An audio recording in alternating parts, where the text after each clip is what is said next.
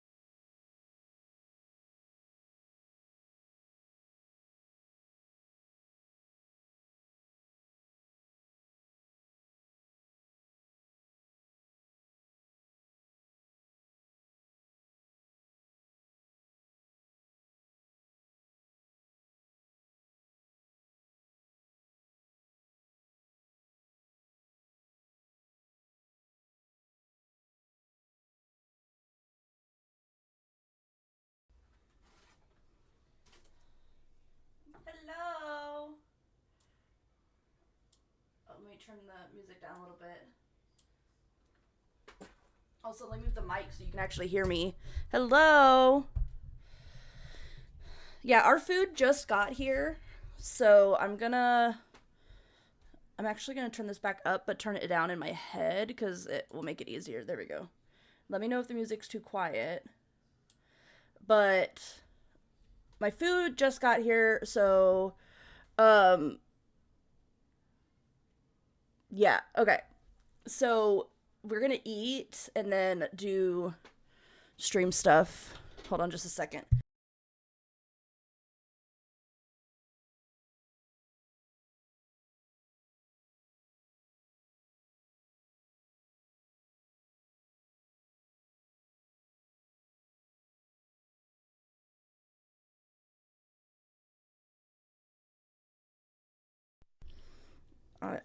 I am hot. I'm already sweating.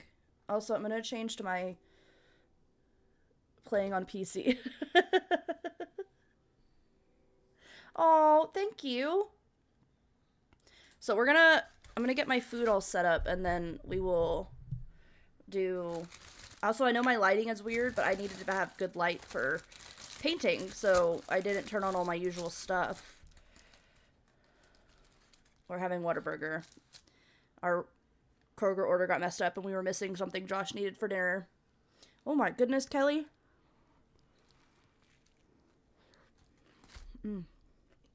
So good.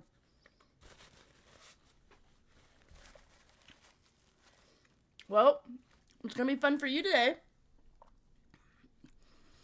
Luckily, my stream schedule is pretty good, except for the fact that like this box is my picture, and it's just not working. It just doesn't like to work sometimes, so I have to do that last. So let's see. What is Tuesday's date? Today is the 6th. It's the 7th, 8th, 9th.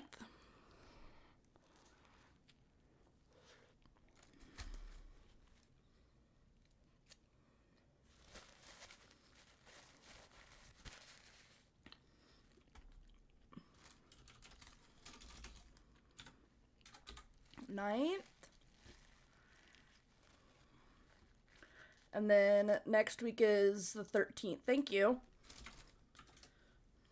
And we are not doing painting next week. Oh, you know what? I'm going to copy this and make it like this so that way I can take the painting off, but next one I can put the same painting. Kelly, do we know what we want to do? Oh, I need the like... Could you send like the... Oh, you're not on your phone. I need like the weed symbol, or not like that people use, like the little leaves. I need to send that on my phone.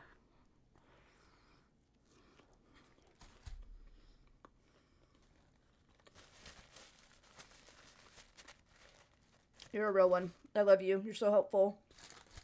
Where did my napkin go? I had another napkin. Oh, it's over here.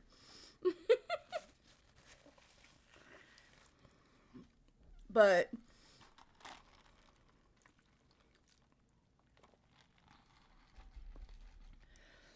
do we just want to check the vibes later? I love how you send it a bunch of times.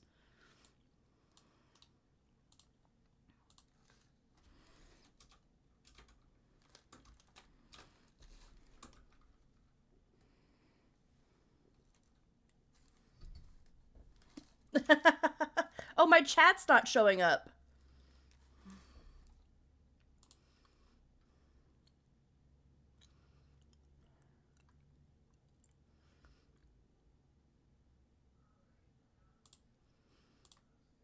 Oh, my chat's not going to show up. I forgot that I changed that. So it's not going to show up, sadly. Because I've made it to where the chat box is actually, like, on the Stream Elements page instead of a separate thing. Oh my goodness. I just made a huge mess of barbecue sauce.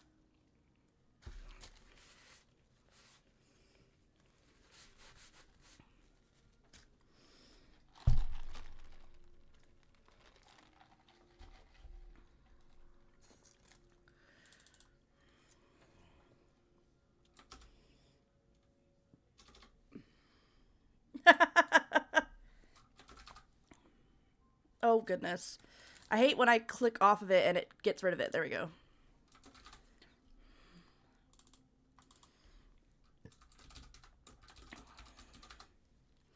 We're starting at 7 my time.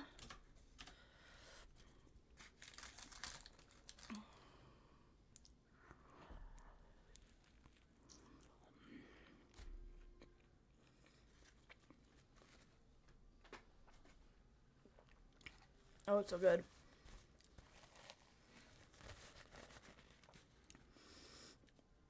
I think it just depends on what we're feeling like. And we, like, change games and stuff, especially when we're high. Like, I don't know.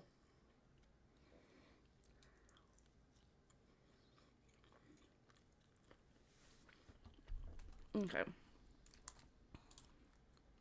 So I need to replace this picture.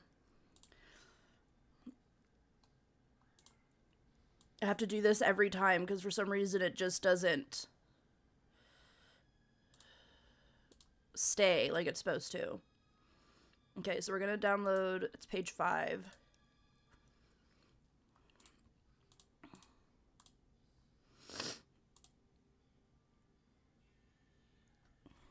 So there's that.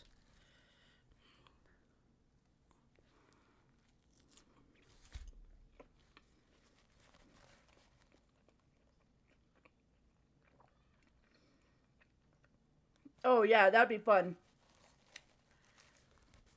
I'm the Asshole would be so fun to do.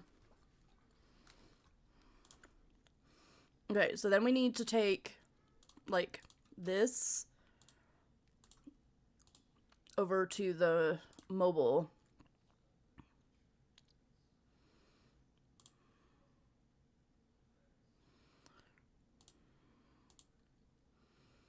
Oh, we're gonna duplicate this page too.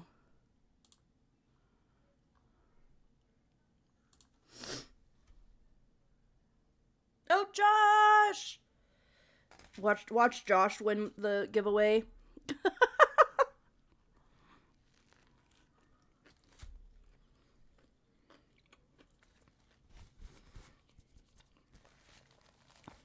That would be hilarious.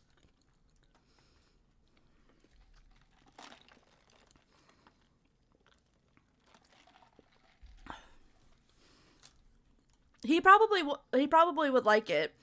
He's very supportive in that way.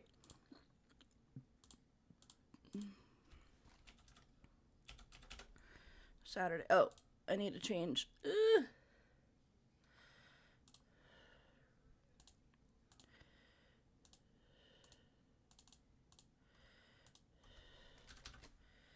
Seven.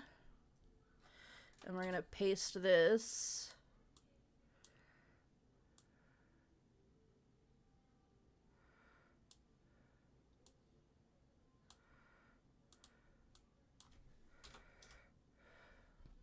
It's telling me that your name is spelled wrong, by the way.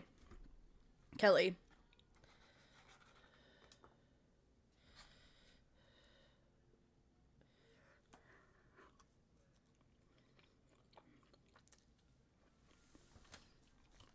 Mm-hmm. Right here. I said it's spelled wrong. Although, the suggestion is to spell it the same way. I think because, okay. I think what it is that this font is only capitalization. But I don't know. That's my guess. It's only capitals, and so I don't usually like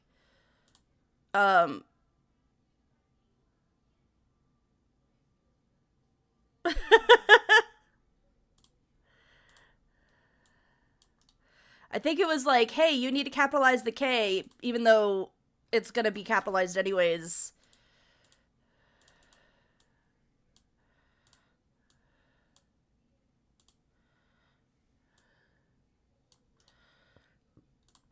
What are you gonna play, my love?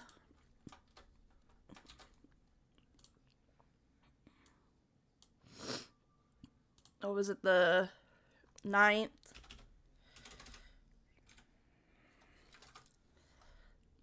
And 13th. See, and the picture's gone again.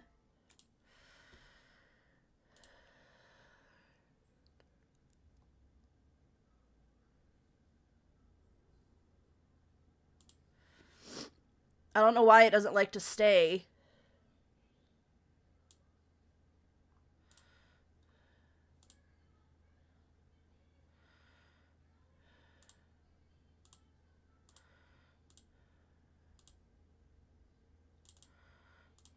What? How did that disappear? Why did that disappear?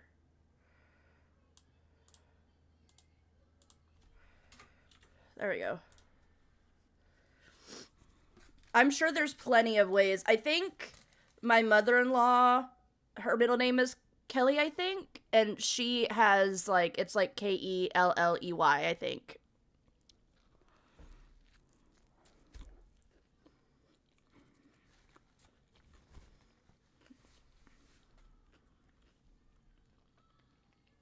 I'm not 100% sure.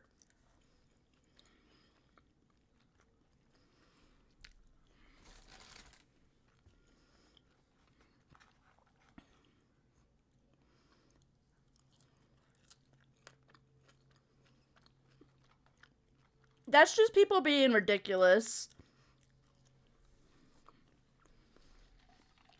They wanted as many letters as possible.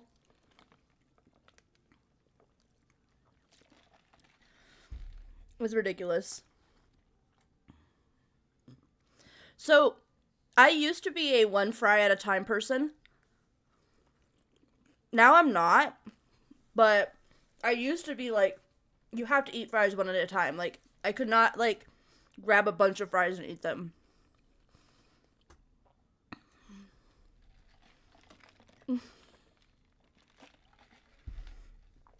That is funny.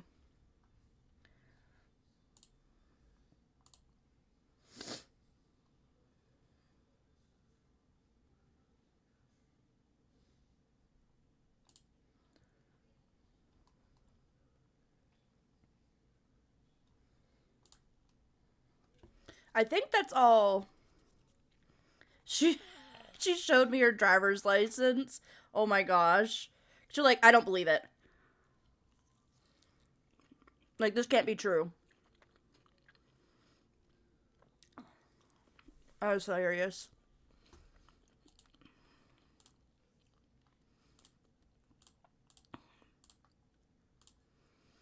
There we go.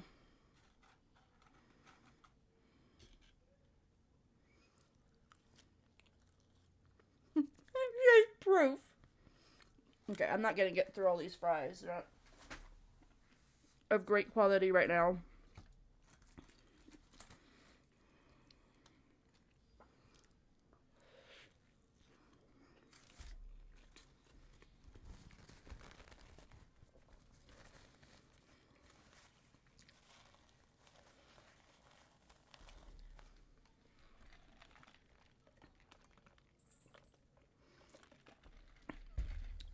Who do you use for your alerts? That's so weird that they're not working.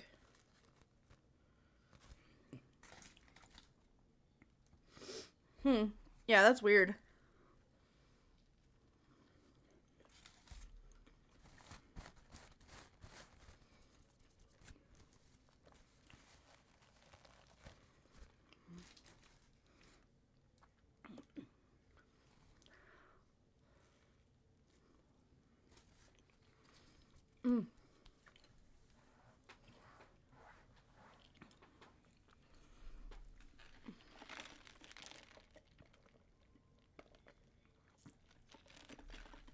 Maybe.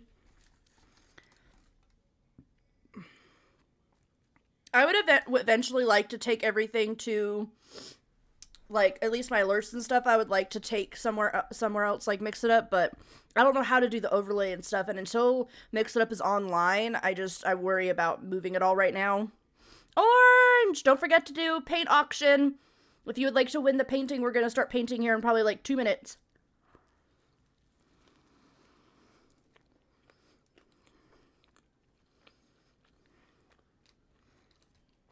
Kelly, if you want to send a message saying Redeme Paint Auction to enter giveaway, I I will to Canada, or even my Canadian friends, I might just take it with me, like when I go visit them.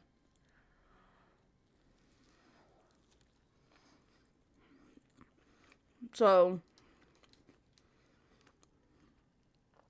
if they're one of my Canadian friends, I'll see it at NutCon later this year. I will bring it to them.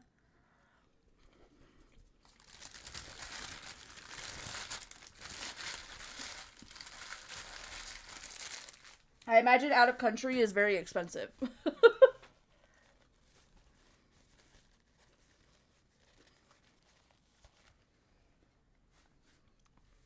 Thank you.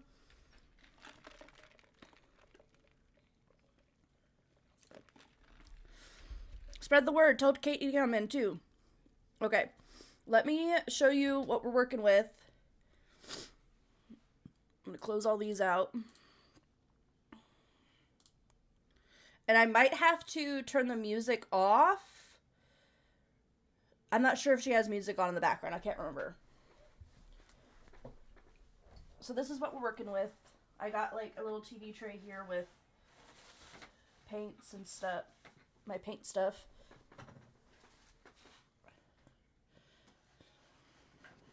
There we go. And there's that. So I need to put paint down in my actual thing, and I need to get my wine glass ready. So I've got my Canada cup that I got at NutCon for my brushes.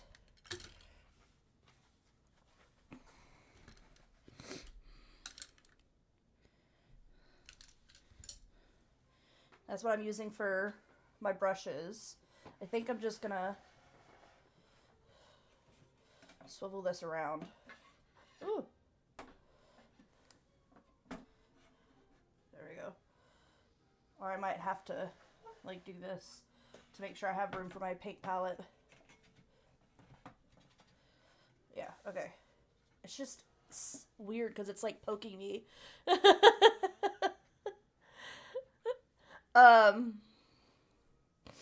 Oh my gosh, see, I was just about to pick up the cup to drink it.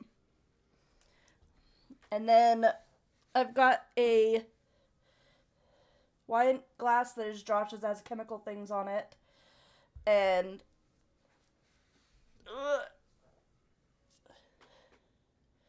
I hear this in your voice. That is amazing. And then I'm drinking Riscato, which is, it's a sweet wine. That's what I'm drinking. I need to change my, like, it has like, what is it called? Like formulas stuff on it. Like, it's hard to see really, but yeah.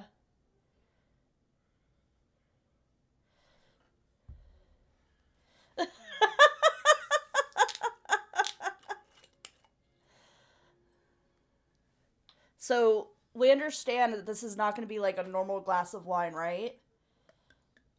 Like,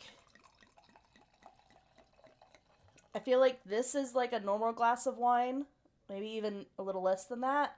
I'm not pouring it to just there. This is like a normal glass of wine to me. Like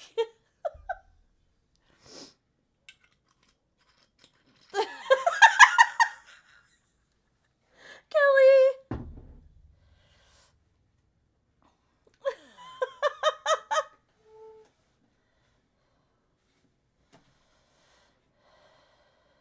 Like, I wish I could do it like this, but it's not going to be big enough, like, across. Okay. I'm just going to be adjusting it all stream. So we're going to be using white. Let the world know you're lush. A lush? What is a lush?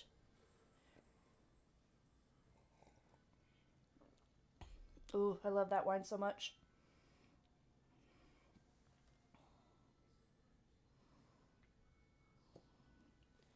white, and then black.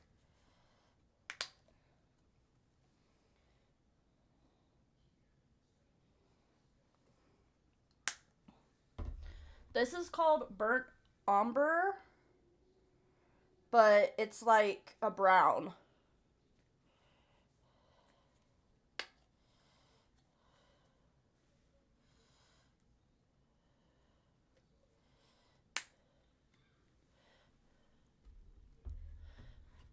Countable and uncountable plural lushes. A drunkard sought alcoholic. Ah! You saying I'm an alcoholic? I very rarely actually drink wine too. It's just hilarious. That is hilarious. Okay, and then red. This is look at the size difference. They didn't have this bottle of red. So I had to get, and I have to have this for every single thing. So I was like, I couldn't wait for them to restock it.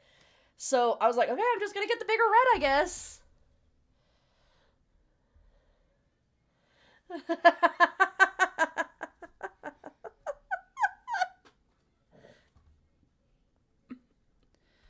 I love that. Thank you.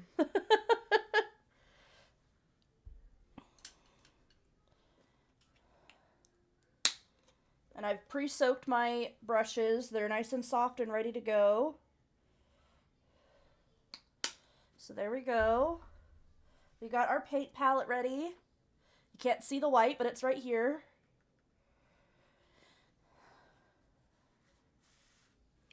And let's get started. Okay, I'm going to pause the music. Or actually, I'll pause the music. And if there's no music, I'll play music in the background. And this is Paint and Sip at Home. I want to let her introduce herself. I'm Michelle the Painter from Berkshire Paint and Sip, and this is Paint and Sip at Home. She's sipping like tea.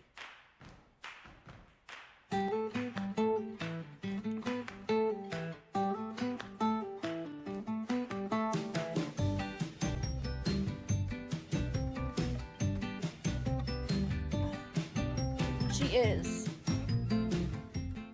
All right, so today I'm going to be painting New Year's Gnome, and I'm sipping on some strawberry tea. And if you enjoy this process, I do hope that you like and subscribe to my channel, and that you also check out my Patreon page, where you're going to find additional painting perks. So let's get painting, and let's get sipping. All right, so for my materials today, I'm going to be using a stretched and primed 16 by 20 inch canvas. If you're painting along with me, you can certainly switch up the size, but that's what I'll be using. I'm going to be using acrylic paint today. My colors are Mars Black, Burnt Umber, which I like to call brown, Titanium White, Deep Yellow, and Fire Red. And of course, you can switch up those colors if you like, but that's what I'll be using. For my tools today, I have a white piece of chalk that I'm going to be using for some drawing. And then I have 3 brushes from my personal brush line, which is Michelle the Painter brushes. I have a 3/4 inch wide flat bristle brush. I have a number 8 round synthetic brush. And I have a number 2 round synthetic brush. And I will refer to these as small, medium, and large as we go through the painting process. And of course, you can switch those up as well if you'd like to. If you're painting along with me, you'll probably want to have a cup of water for washing your brushes, as well as a paper towel for drying your brushes. I've got paper towels everywhere. Below this video, in the video description, I will be providing you with a few additional resources that can help you throughout your painting process. One of them is a link where you could purchase the same exact paint kit that I'm using, from the same size and type of the canvas to the same type of paints and brushes, a little bit smaller, and all the good stuff in between. So that's there. I don't remember exactly what it is. There's also a link where you can download a free image of the final painting. So you can print that and use it as visual reference as you go through the painting process. And there's also written step-by-step instructions down there for you as well. And that's all we're going to need today. I wanted to set up a TikTok live too. All right, so what we're going to do for the first step is we're going to be painting the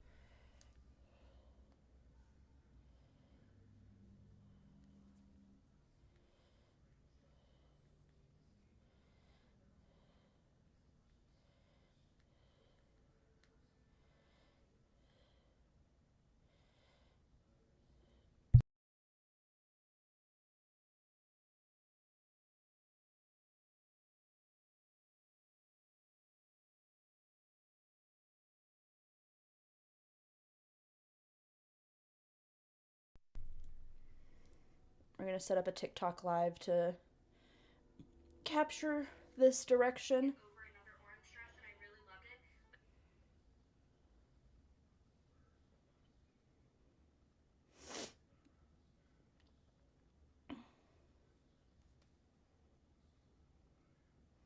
Paint and sip. So that means we actually got to change it to art. Let me get it all situated.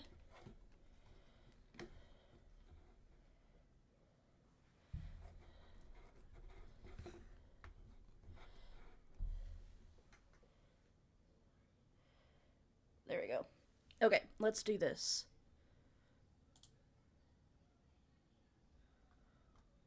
The background. Yeah, well, that's part of the reason I'm doing I'm going to be using my large bristle brush. The TikTok. color I'm using is just black. So I'm creating a nice dark base so what were we doing?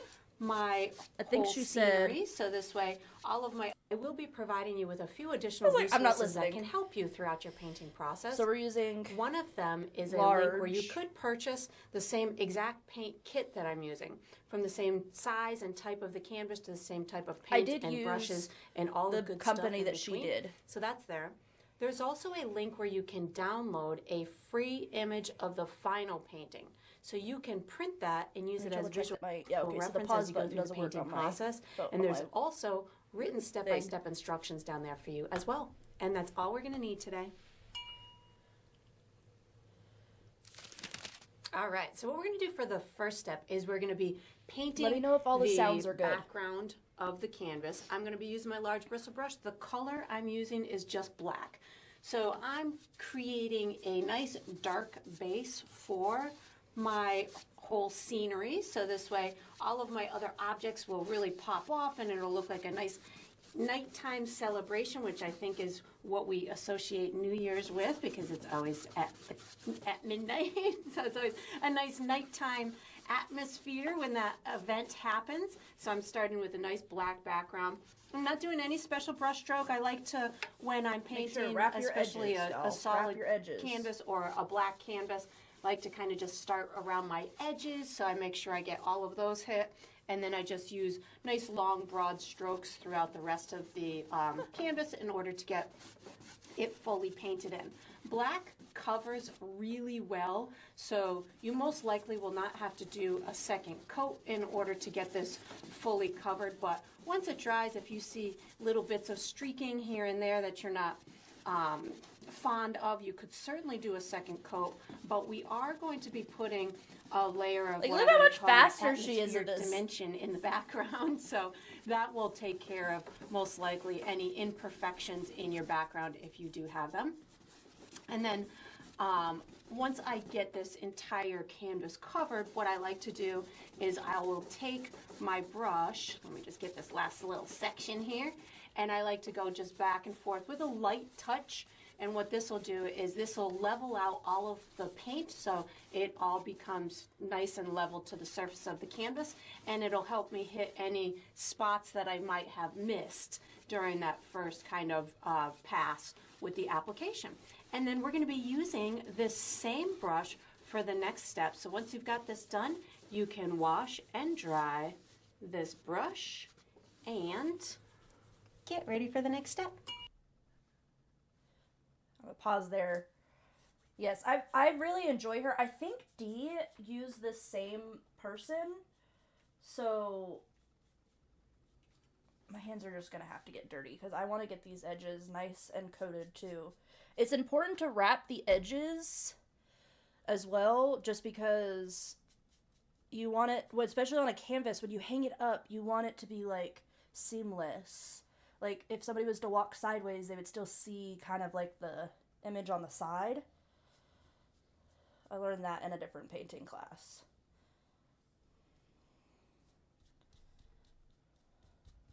And I'm slightly surprised she didn't say that.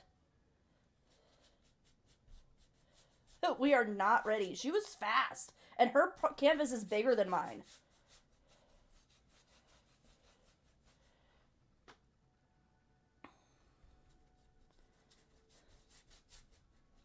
Big stuff like this, I prefer to just pick it up and do the painting.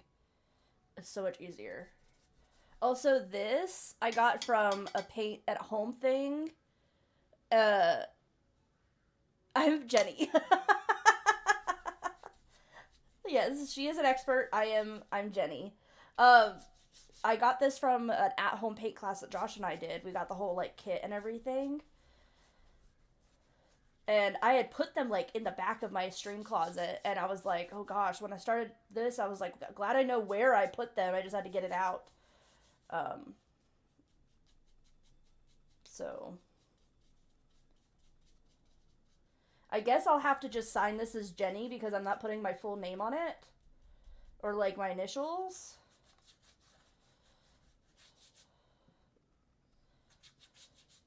Because even if I send it to somebody who knows my full name, I don't want like any pictures of it to like be on the internet where it has my full name. You know what I mean?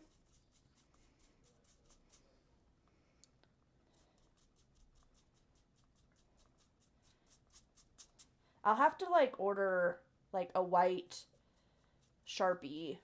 Kelly, could you do me a huge favor and like send me a Amazon link to a white Sharpie or a silver Sharpie or something like that? Because I have black for other paintings, but I don't want to forget to order it.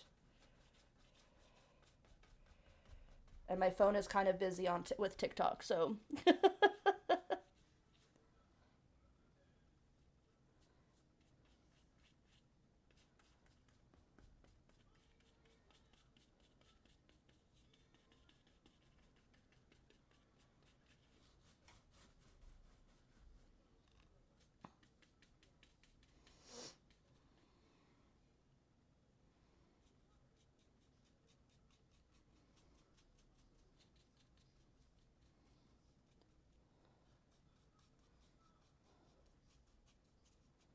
Or even like if you find like a metallic set, that would be perfect.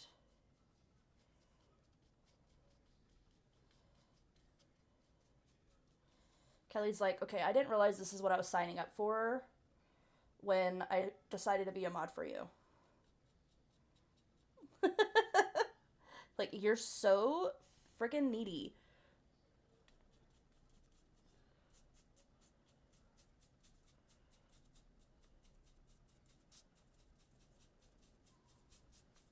I really appreciate it, Kelly. Like, for real. Is the music okay? Because I between, like, her talking, I don't want it to be, like, total dead space. Okay, so I got it.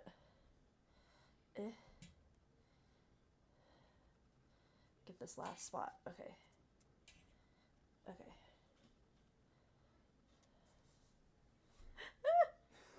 And I just got...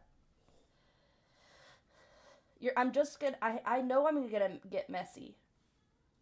Okay, so she said broad, light strokes, just to... I already see spots that are, like, not as opaque.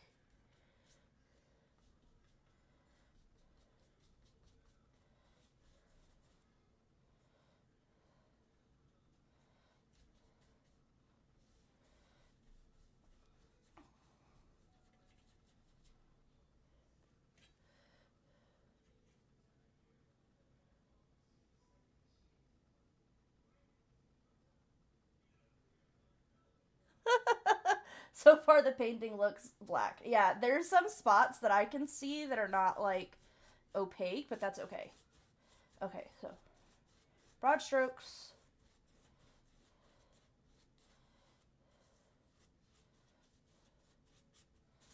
Okay. And sip. All right, so what we're going to do for the next step is we're going to paint some atmospheric dimension.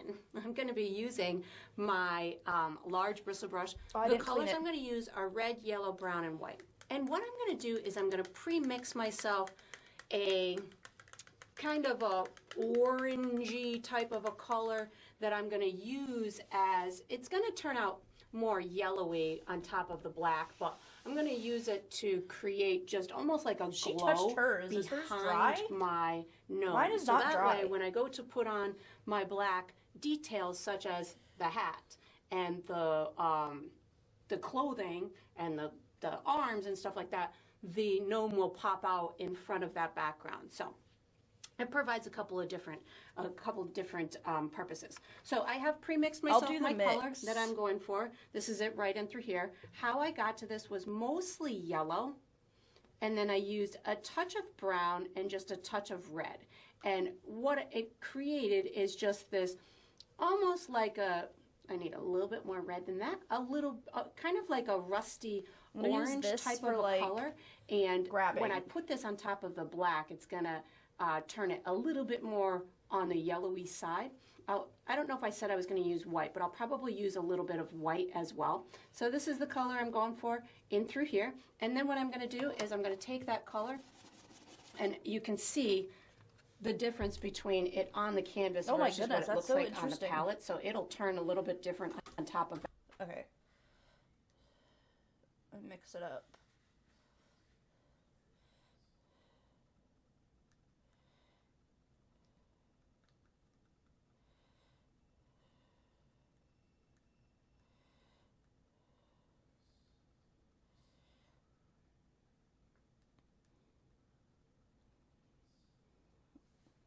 Looks about right.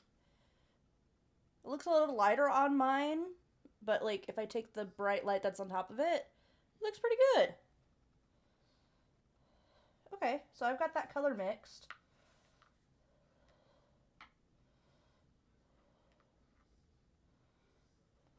So it's gotta dry. So we're gonna just sip some more, I guess, while we wait. Because it's like some spots are dry and then some spots are still wet, so it should dry pretty fast.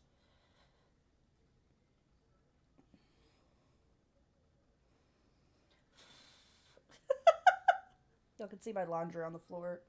It's all folded, but yeah.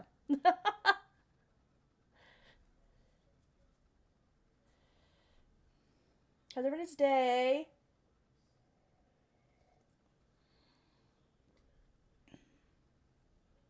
I like in the top corner, like it's like right here, she shows like what the goal is. I really like that. Her paint, look at this. Her brown paint right there is like dripping because she has it up high. Do you see that? That black, just so you have a understanding of what just happened there. It just was just dripping.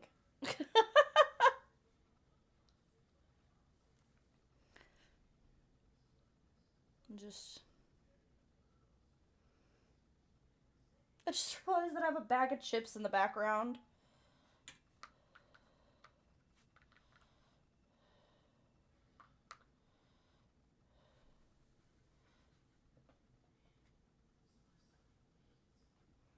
I'm gonna move that because that's gonna bother me. It's going to be me fighting the munchies and will not to order DoorDash. Oh, well, I have food here though, so I can do it. You can do it. Eat food at home. What do you have at home?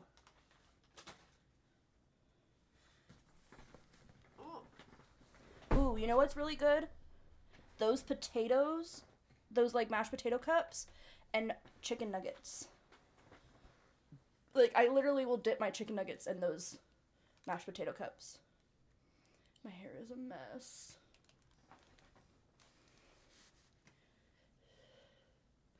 There you go. I helped. My water is already super dirty.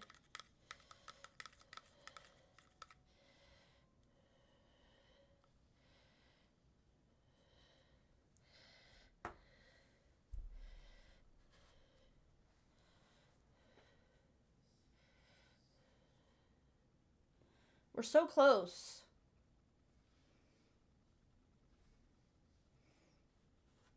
Okay, it's dry to the touch. It looks wet, but it's dry to the touch. So what I'm doing is I'm taking this color and I'm rubbing it around. I'm giving it kind of this soft, atmospheric glow to it. I'm going to use it in a lot of the area around this background, knowing that my gnome is so large on my canvas, I want to kind of get this spread out pretty darn far. Using one of these bristle brushes helps me out to kind of thin out the paint as it's going away from that center. So this gives me good opportunity to get almost like a smoky type of a look, or a nice gradient of sorts going from that brighter area in the middle towards a darker area on the exterior. And I just kind of keep working this. I'm going to have it, again, pretty far out. So I'm just leaving a little bit of the black border untouched. I might even come in on some of my black border if I feel that I have any unpainted areas, and I might touch those areas up with a little bit of black. Did I need to dry my brush more? I also, in a minute, will probably use a little bit of white paint to like amp up some of this brightness of this color that I'm using right now. But I'll make that determination in a minute, knowing again that my gnome is going to take up a real large area here. So I just know that I can be pretty liberal in the amount of this color that I'm putting in, and I can also you know, make it as light as I want to. So I'm going to pick up a tiny bit of white paint, just a itty bitty bitty bitty bit. I'm going to put it closer to where the gnome is going to be, so maybe more in the center type of area. And again, just an itty bitty bit in order to get this maybe interior glow a little bit brighter. And then I'm just going to kind of work it out in through here. And again, the center part is not entirely important for it to be perfect because the gnome is going to cover it. This is just going to be the edges around the gnome that are going to be visible by the time you're done. And then I just kind of keep working this. I just picked up more of that custom color, and as I'm kind of feeling like I'm almost done with it, what I like to do is just kind of let off on my pressure a little bit. And what this is doing is it's helping me to continue to work the paint that is still wet, and it allows me to get it a little bit softer looking. So initially you heard my brush kind of really scrubbing, but as I'm kind of feeling like I'm coming to a final resting place, you're hardly going to hear my brush, because what I'm doing is I've let off on the pressure and I'm just softly moving around that remaining wet paint in order to maybe eliminate brush stroke marks, get it to be a little bit softer. You can use blending brushes to do this. Blending brushes are going to have a softer tip than my bristle brush does, but for me, I just let off on that pressure and it provides the same service. And then we're going to be using this same brush for the next step. So once you've got this background atmospheric dimension on, you can wash and dry this large brush and get ready for the next step. Okay.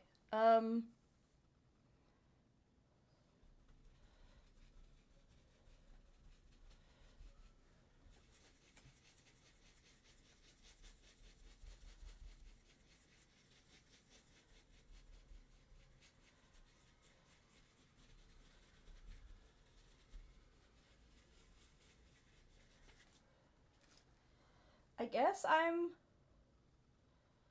pretty happy with, I mean, the gnome is going to cover a lot of this, so like, I'm not super worried about the inside.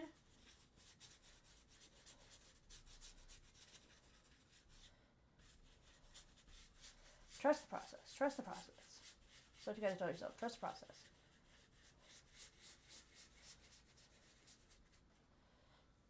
Okay.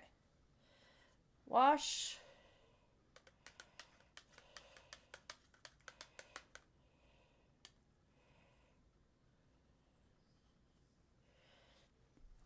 And I'm just gonna rip off some paper towel to dry.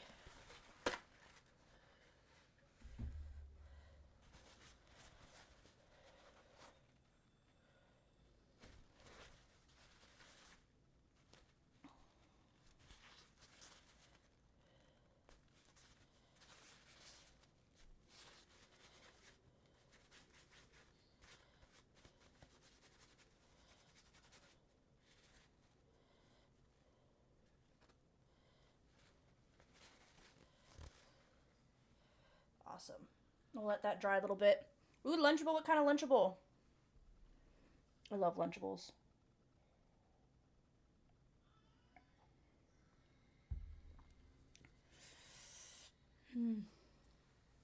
I also have some water here. I'm gonna sip.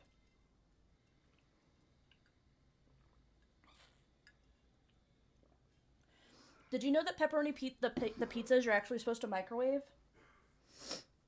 I mean, you can eat them not cooked, as far as I'm aware, but you're actually supposed to heat them up. I found that out on TikTok.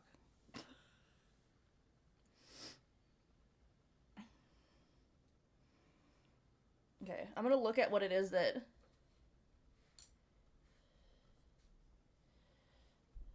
I don't think so. I thought I saw it. All right, so what we're going to do for the next step is we're going to paint a couple of fireworks. I'm going to be using my large bristle brush. The colors I'm using are red, yellow, and white. And what I'm going to do is I'm going to have one kind of behind my gnome's head, kind of up in the distance. So I'm going to have one kind of dead center somewhere in this vicinity, and then I'm just going to have one up in the top left-hand corner. You could really be as festive as you want and have more fireworks than I have. I'm also going to be later doing one sparkler that my gnome is holding, so I'm going to reserve this area in through here for the sparkler that he's going to be holding. So I'm going to start with this brush. I'm going to start with yellow paint. So when I'm doing my fireworks, I kind of like to put a glow behind them. So I'm going to be using yellow as my glow, which will end up a little bit, again, more green looking than this because it's on the black, but I'm cool with that. I want to just have some sort of glow behind them. So I'm starting up here, and then I'm just kind of bringing this out I'm wiping my brush off. I don't want to have a lot of paint on my brush. This is my burst of my firework is going to be up in this corner. So I'm just kind of bringing down this hue of the yellow that's going to be what I'll refer to as kind of the glow to the fireworks. So something like this is going to start me out. I'm going to do the same thing for my other fireworks. So again, just yellow paint on my brush. I'm going to have the center of my firework about 3.5 inches from the top of my canvas and in about the center of my canvas. So somewhere right in through here. And this one I'm going to have represented as a bigger one than the other one, than the one up in the left-hand corner. So this one I'm going to just be pulling this yellow out pretty darn far. And again, this is just kind of the glow to the firework itself. And again, my gnome's head is going to be covering a lot of this. So this is just kind of getting me started, allowing me to know kind of where I want the footprint of that firework to go. So that's looking pretty good to me. Now I'm going to go put some sparkly stuff on this one up in through here. So I want to have a lot of brightness to this, so I'm going to pick up a little bit of yellow and white to start on my brush, so yellow and white. I'm going to be dotting a little explosive spot in the center of my firework, and then I'm going to use the corner of my brush to start pulling out these sparks of sorts from the firework. So for me, I like to really have explosive fireworks and allow for maybe some pieces to kind of break off and look like they're, No, I didn't skip the white. Kind of firework. I don't know. It's there. It's just like not falling towards the ground to have as lots obvious of sparkle as hers, in them and stuff. So I've got my yellow and my white, and that's going to start me out. I'm going to do the same thing on the other one. I'm just building them in a progressive way so I can have some nice dimension to them. So I put my little explosion in the middle like this, and then I'll start pulling out the explosive kind of display of sparks and stuff that come out of it. So I like to kind of just make sure that they're coming from the center and just pulling out these little pieces, shooting out. Mine are going to go, on this one are going to go all the way up to the top of my canvas. You could certainly have yours in a different way than I have mine. I like to have gravity taking over every now and again, so I'll have the ones kind of curving downwards as if they're falling to the ground, or they have little curves coming out this way. So just be really hello, Ventus. How are you? Firework maker when you're making these. I think I did the white while you were gone. Exactly as mine. I do want to add how a little bit of red. Where'd you have a baby? But I don't want it to go. Did you have the baby? Am I completely wrong? Are you not the one having a baby? Like a vibrant red, so I'm going to use red and yellow at the same time on my brush. I did not wash my brush, and this is going to add some nice, pretty red to my firework. I'm going to add a little bit more brightness with the white in a minute, but I'm just adding a little bit of red in through here with the yellow on my brush at the same time. So it's going to provide a nice kind of unified tone to it, and it'll make the yellow and the red look like they belong together. I know that is very hard, to them just and I don't want to make you feel bad. And then once I've got I'm happy you're here. It's so nice to see you. I haven't seen you in forever. I think I want a little red in the center of this one as well. You can have your fireworks any color. You could have blue fireworks. You could have green fireworks. You can have whatever color is speaking to you. That's going to be a judgment call on your part as to however bright you want them to be.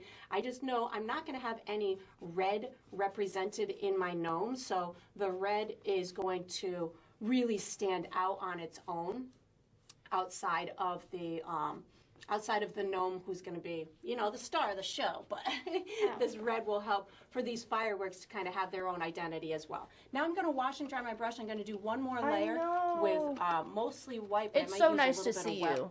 Yellow as well. So I'm going to wash and dry my brush. I'm going to put a tiny bit of white paint on my brush. And I think one of the biggest things with these fireworks is just to not overdo it. So when I say a tiny bit, I really mean a tiny bit. It's just on the tip of my brush. When I am doing this, I'm not over painting. I'm really just kind of allowing for those little sparkly marks to happen, or, the little tiny her brush has to be smaller than mine, because this is firework. I'm just using the tip of my brush, so you can really, again, make it as bright as you want or as subtle as you want, but I am just kind of allowing for these to have a lot of energy in them without them taking up too much, again, of the visual show of my painting. I just want them to be a background kind of accent.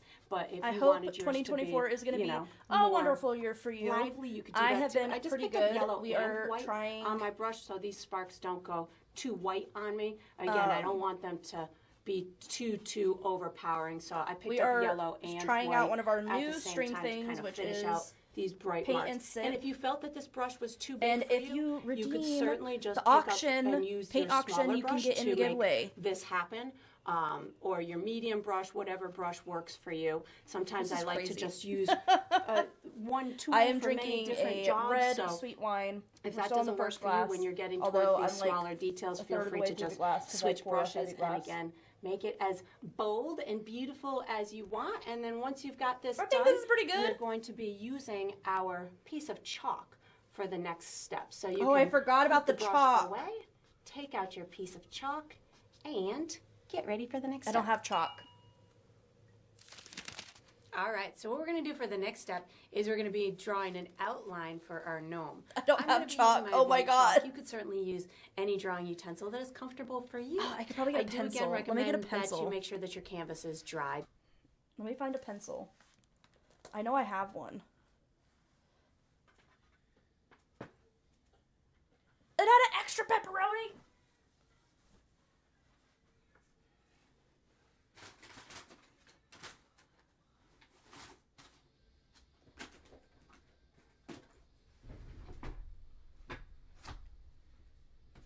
I'll be right back. I gotta go find a pencil.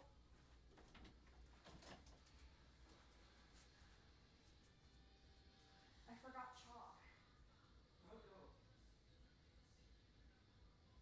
Echo lights on. So I'm gonna try and use a pencil.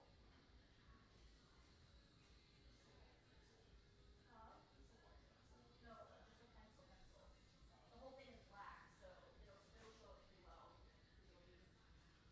Ventus is in chat.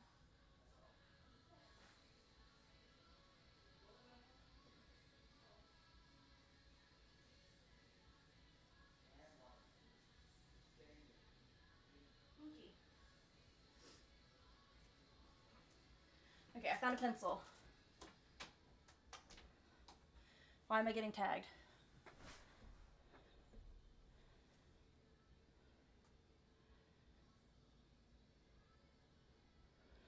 Yes. Josh is a big fan. He's lurking in chat. He's watching anime in the living room.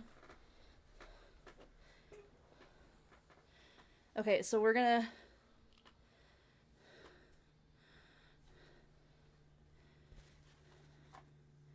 Because it's always easier to draw on a dry canvas than it is to draw on a wet canvas.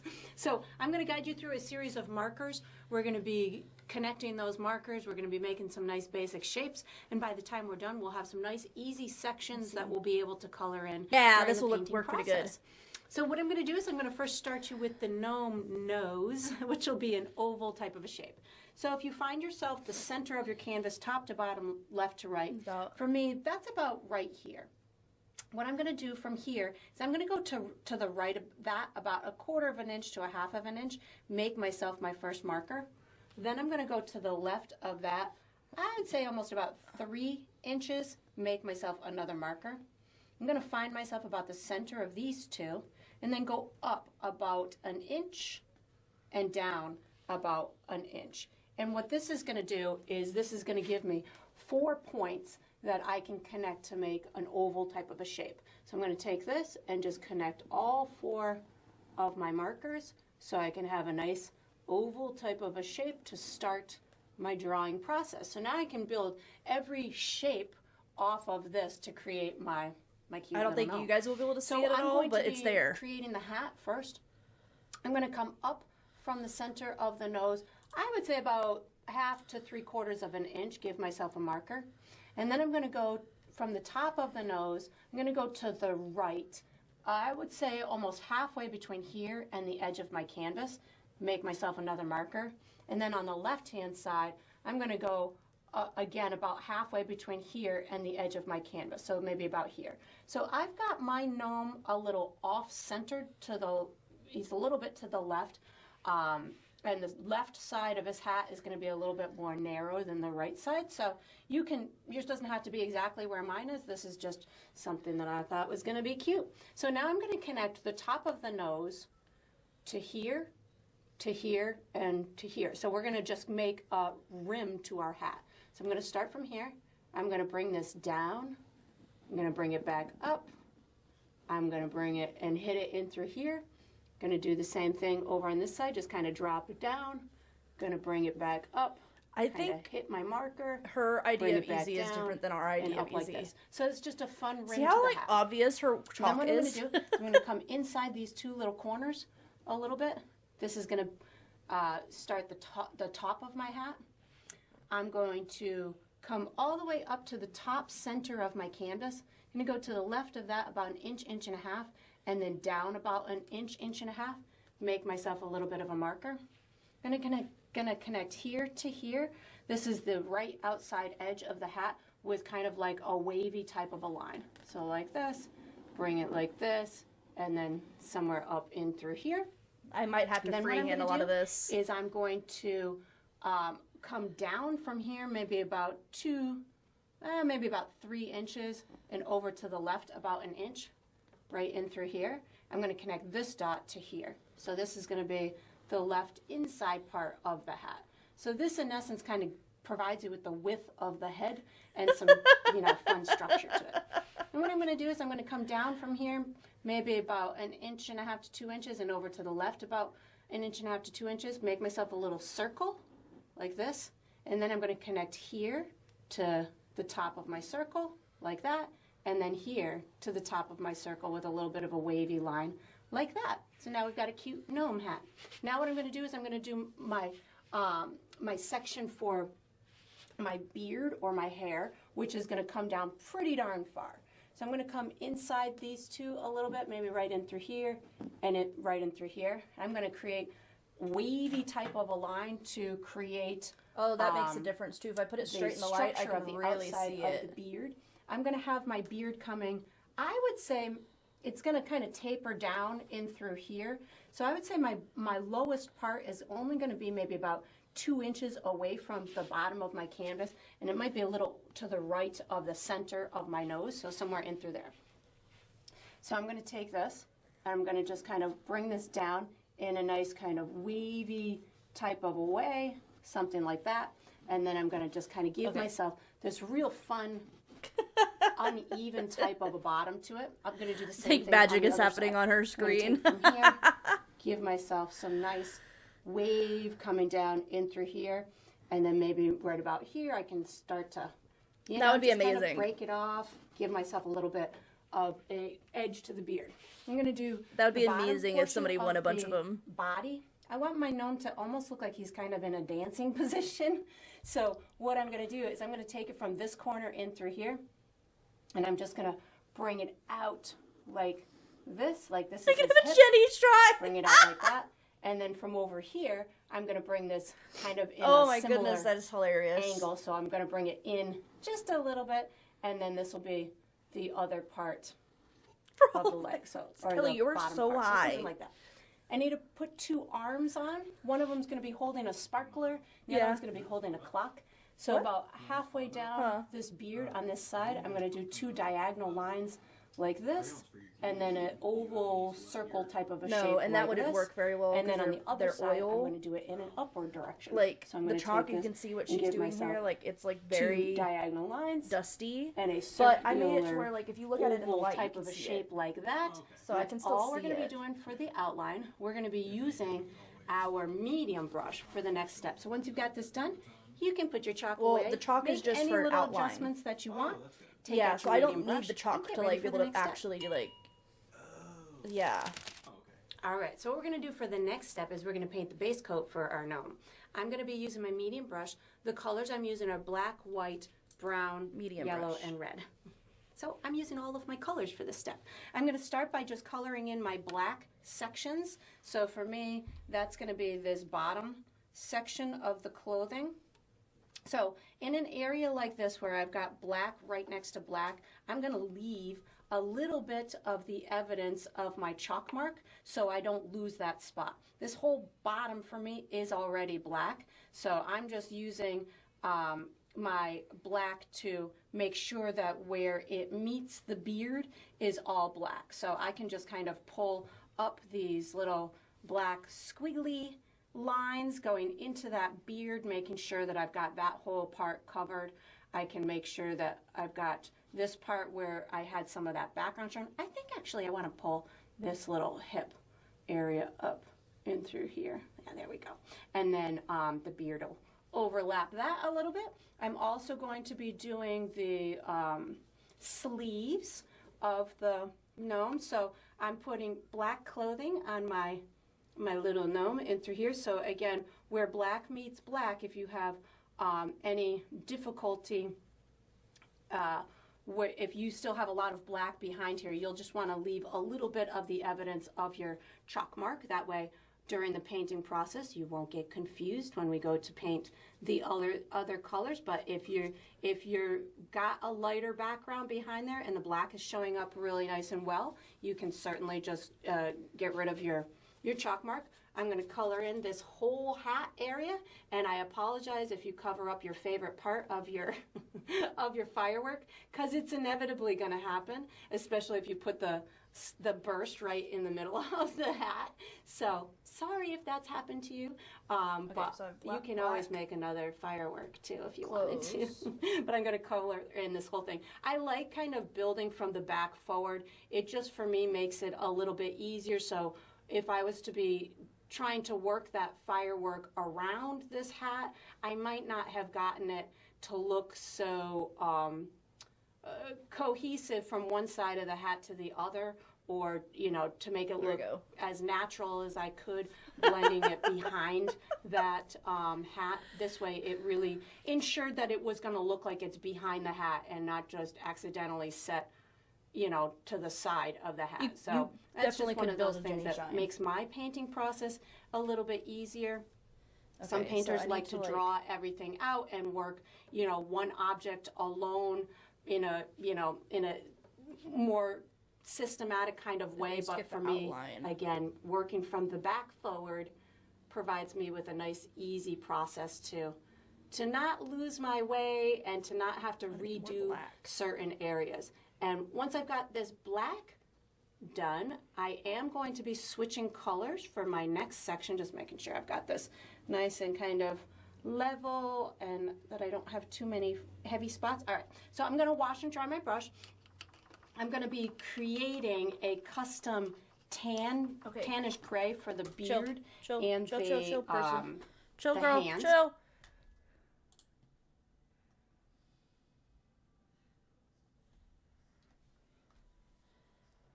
The candles will be blue. Kelly.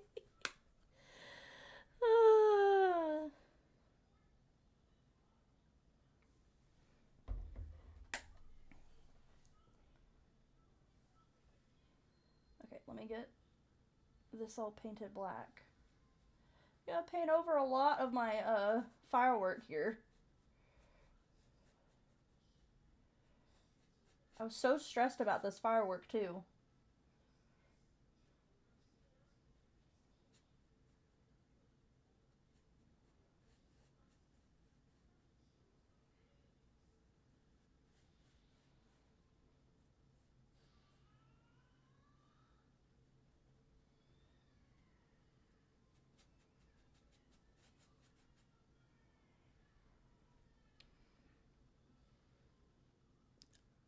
Kelly!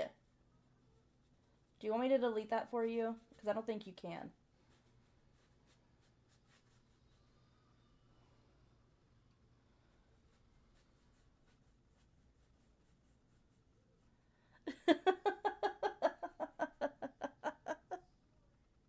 Permission? Yes. Yes, you have permission to post it. Ventus, make sure you, and unless you don't want the painting, which I totally am not going to be offended if you don't want it, but if you want to enter in to win this Jenny painting, you need to do paint auction.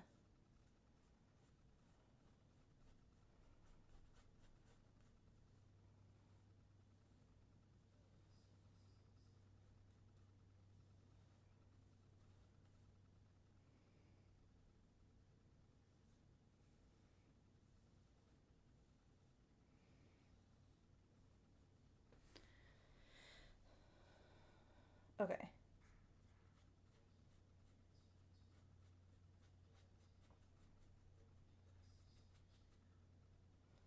Okay.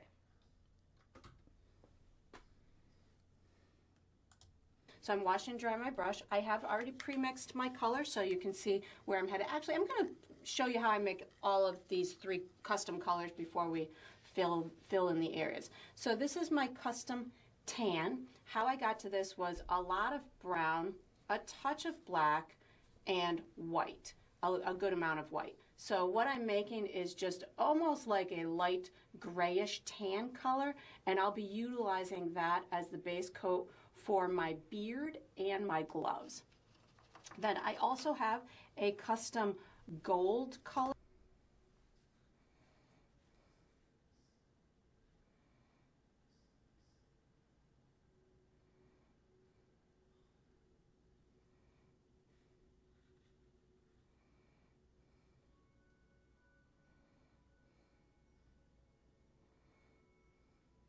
Okay, so I got my gray. You're not still hungry. Give it a few minutes. Your body just doesn't realize you've eaten yet.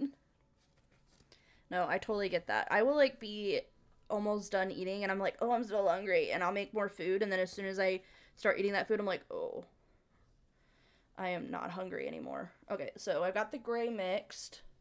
Color that I'll be using for my clock, as well as the rim of my hat and this little bell or little ball on the end of the hat. So how I got to that was brown, yellow, a good amount of yellow, more yellow than that, and a touch of white. So this will make a nice, believable, almost like metallic gold type of a color, which I think is very much associated with the celebration of New Year's, which is the time in which I'm depicting my gnome to be celebrating. And then this is going to be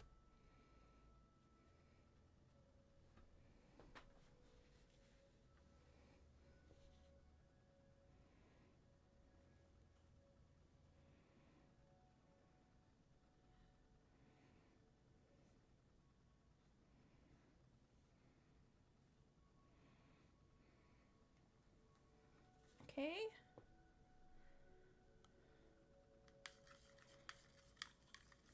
Kelly is our resident pothead.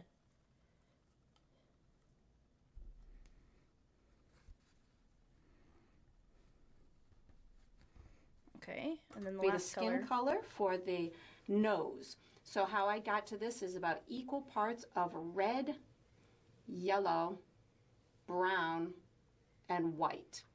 And then I just mix it together. I need more white than that.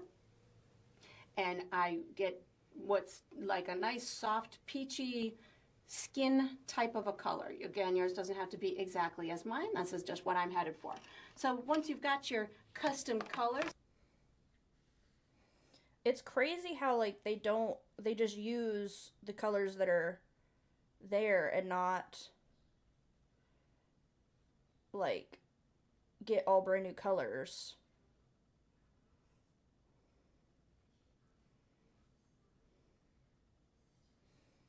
Okay.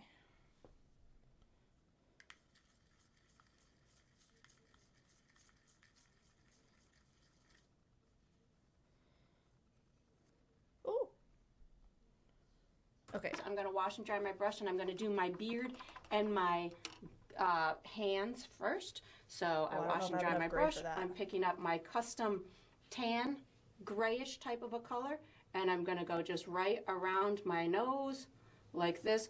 In these upper areas, or the area that it meets the hat and the nose, I'm not really terribly concerned about a perfect brush stroke at this point. I'm really just looking to make sure that it meets those areas. And then as I come down, I am going to be using a directional brush stroke, which means I'm going to be using it more kind of up and down. You could even wave it a little bit at this point, but we will be doing another layer, making all the little highlights and shadows and stuff on the beard and the mustache, so it looks more realistic. So you don't have to worry about making it look realistic at this point, but or having it with lots of motion. But the primary kind of goal here is just to get all the way up to your chalk marks, so you make sure that it's almost overlapping those arms. When you come down to the beard where it's overlapping the clothes, what I like to do is just kind of almost pull the tip of my brush in these curved type of strokes, so it'll make it look like it's got a little bit of singular pieces, and I'm running into a little bit of wet black, which is totally works for me because it'll just give it a little bit more substance. And then as I am reaching the edges, like if I want a couple pieces to hang out over here, you can just pull a couple little singular pieces down in through there. I'm also going to pull out a couple of cute pieces for the beard at this point, so that way I've got the structure kind of started where I want that beard to protrude out the sides. So I'm just using the same color, and in through this area over here, I'm just going to pull out a couple of fun little pieces in through here. You don't have to pull out a lot, just a few. That's going to help to sell the story, and it's going to help you to build it in a nice natural way. And then I'll do the same thing over here, just a little bit above those arms will work. And then I'm going to use this same color for the hands. So just paint in this simple shape. Again, we'll put all of our details on later, making for these hands to be able to hold objects. And again, if yours don't come out perfectly symmetrical, I'm sure mine are not going to be perfectly symmetrical. That'll just speak to, you know, we're seeing them at different angles. One's holding a sparkler, one's holding a clock. So we can certainly modify if we need to, but I'm thinking if they're not perfectly symmetrical, then it's all right. And then I'm going to wash and dry my brush. I'm going to pick up my custom nose color, my custom skin color, and color in my nose. And again, I don't need anything perfect right now. And if it dries a color that you weren't expecting it to, it's okay, because when we go to do the second coat on it, you can make it pinker. Okay, so I need to, let me get some of this paint off of my brush before I just wash it off.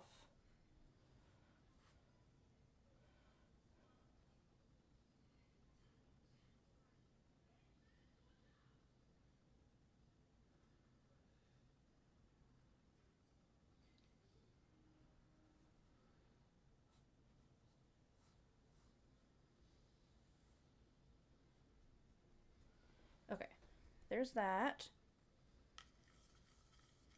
I'm proud of you, and I'm so happy that you're feeling proud of yourself. Like, that's so important. Like, just being able to look at yourself and say that you're doing good, and you are.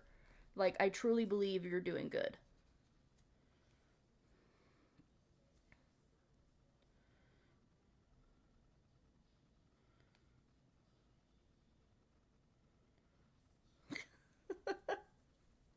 Okay, so then she's doing the nose.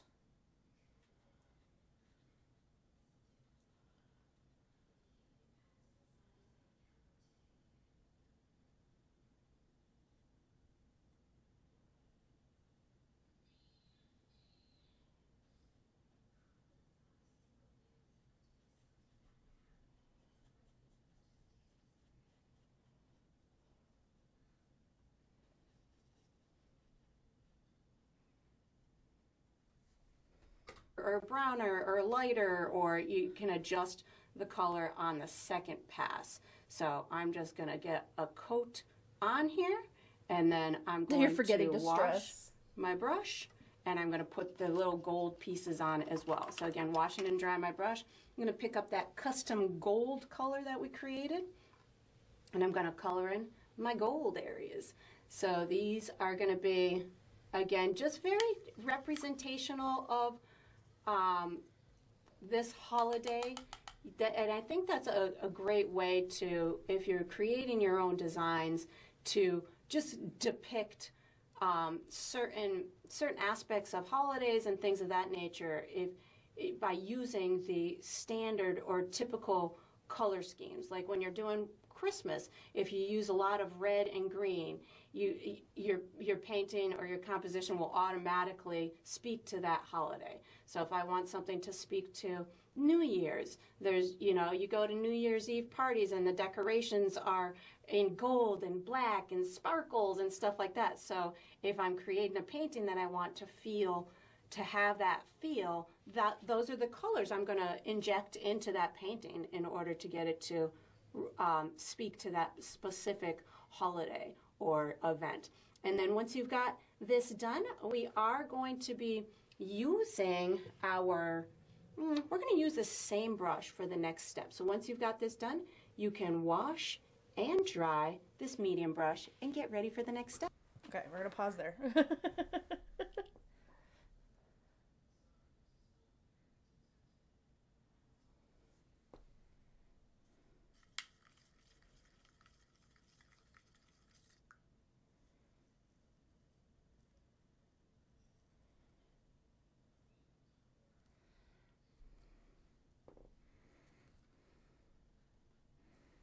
Oh, I didn't mean to wash it all off because I needed to do this.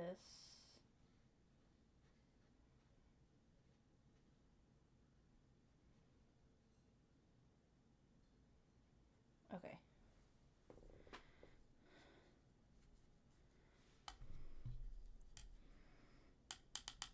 All right, while that dries, we're going to take a quick bathroom break, and I will be right back.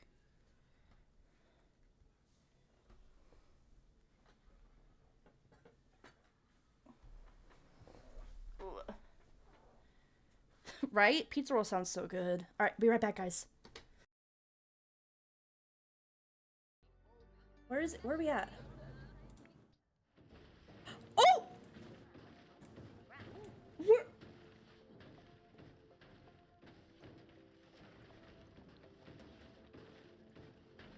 We're in a trash can!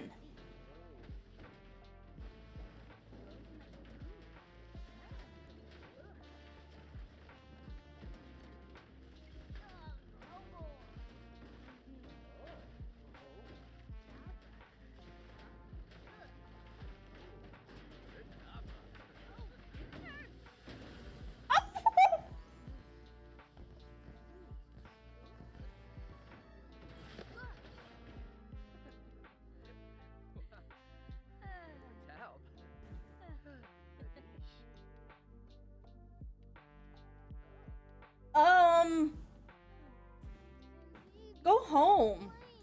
Go home. Jenny, my heart is being completely broken. I tried giving flower to Malika. You know what she is saying to me?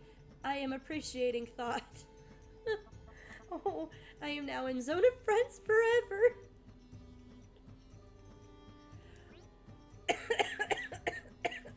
Oh. Josh is gonna go get a hair dryer from Tori so that way I can blow dry my hair when it's done getting washed. So, I think this is my new look, guys. What do you think? How's it going? Yeah, you can put them around. It's going fine. No, it's so fine. We're having so much fun. No, I'm still upside down, please! Please! Oh!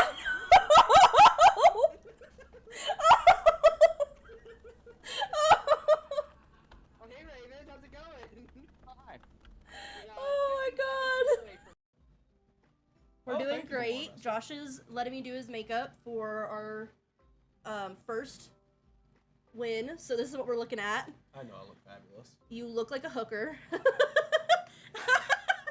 like I said, I look fucking fabulous.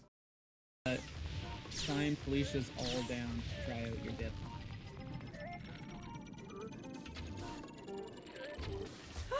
I finished this test of strength. Oh my Jesus. I'll freeze, Jenny. 10, 9, 8, 7, 6, 5, 4, 3, 2, 1. Okay, somebody needs to clip that for me, please, because that would have killed me if they had done it 2 seconds sooner. Oh, really? Yes. I missed. And everybody on the internet can see. Probably board this one up, though.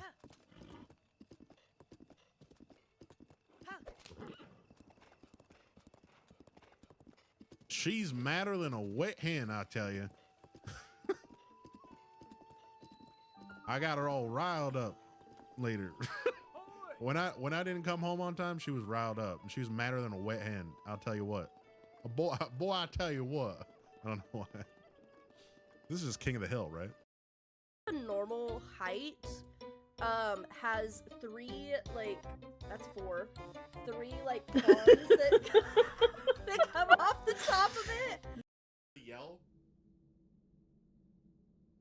Put the bear in the chair. Done. Fuck. Oh shit. Bad idea. Bad idea. Yo, I knocked it. So this just domino effect. I knocked the bear into the mic, and the mic almost hit my switch stand and threw it over. So good thing that didn't happen. We're in Canada trying snack. Oh wait, no, you don't get these, cause. Stop it! What the fuck? I guess those are all his now. I like it. It's mine. It's the childhood fucking. It's the preschool fucking equivalent. You already ate a whole pack. New Horizons. Nice.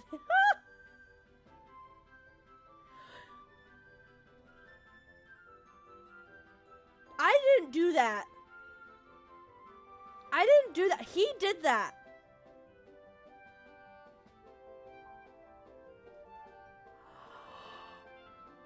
Oh my gosh! That is adorable! Pull this up. Go shower. Y'all go shower. Don't be stinky up in my chat. Hello, it's an orange coconut. Or, I don't know, Duckus Kibbles doesn't show up often on... Hi, hey guys, I'm Josh. Yikes. I don't know what Josh sounds like. What do you mean? Alright, guys, here's the thing, alright. I don't know how to like imitate Josh. Josh just kind of like speaks like in a low like volume like this, and then it's like, haha, I like these dicks. I'm so lost. I know those clips are old, but they're memories. They're memories. But hi, okay. I was letting stuff dry a little bit while I took a potty break. I'm drinking a little bit of wine. I'm still on my first glass. People are like, are you gonna finish the whole bottle? I'm like, I don't know. They were old, yeah.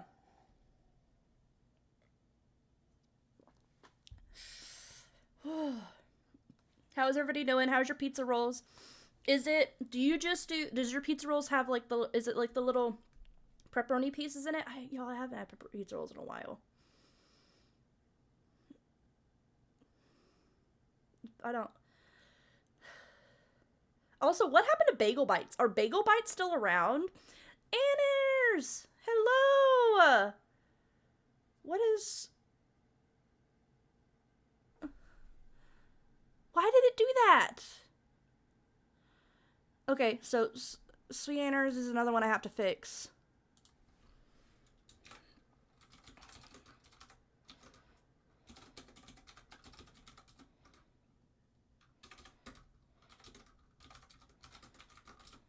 It was doing that to Steve-O for a while, and I had to fix it. I don't know what happened.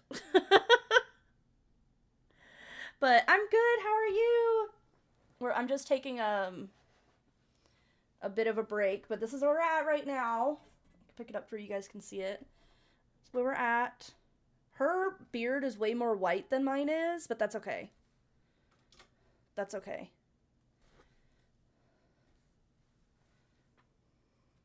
If you want a chance to win it, make sure that you do the paint auction. It should be only 1 point, so I tried to make it cheap enough that anybody could get it.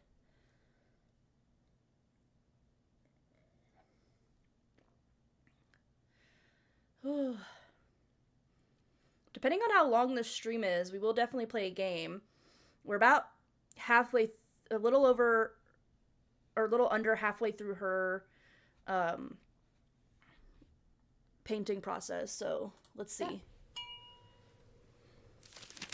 All right, so what we're going to do for the next step is we're going to finish She said the medium brush. So that's going to include the hat, the sleeves, and the dress, and the dress, I guess, pants, bottom, whatever my little gnome is wearing. We're finishing the clothes.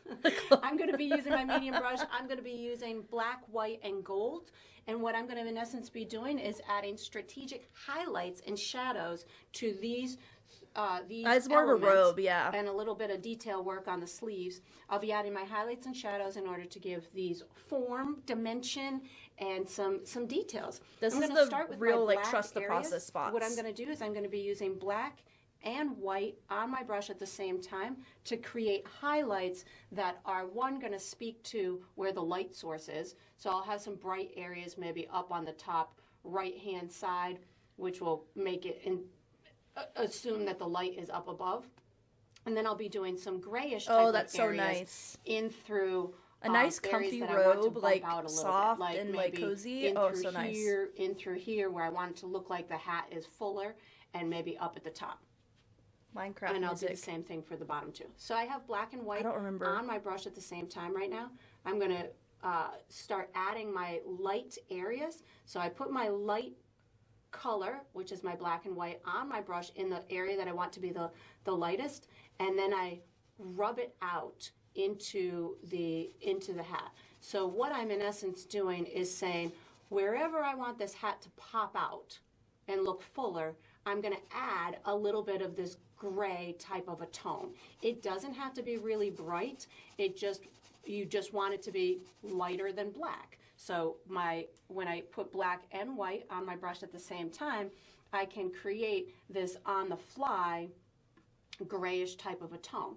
If it goes too light on you, just back off for a minute, let it dry, and then you can come back and make it a little bit darker by just adding a little bit of black into it. So this is just kind of giving me my light zone in through here. I want some over in through here. So I just keep adding my black and white to my brush and getting my light areas to be created. When I get them in and I'm happy with where they're going and that they're telling the viewer how much this hat is popping out and things of that nature, then I'll start adding on some extra bright white to allow for that light. Let's just say you might have not been looking at the rope. Again, just black and white on my brush right now. I want this part to look like it's kind of flopping over, so I'm going to have this whole kind of top area. I'm going to pause her right there because it is.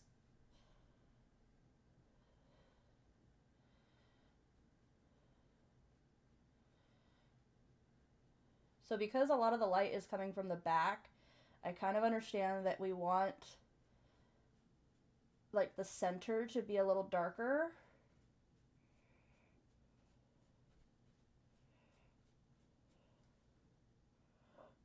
Just black.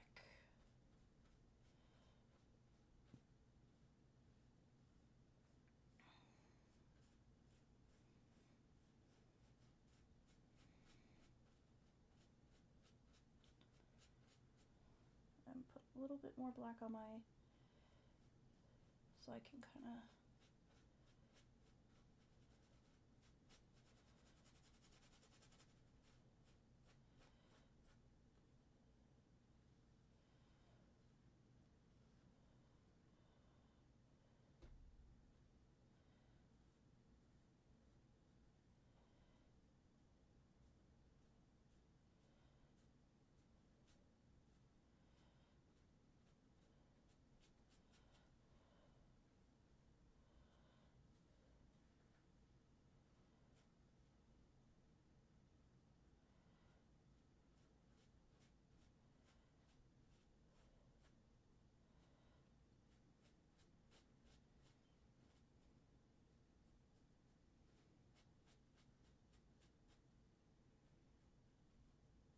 I'm excited for Kelly.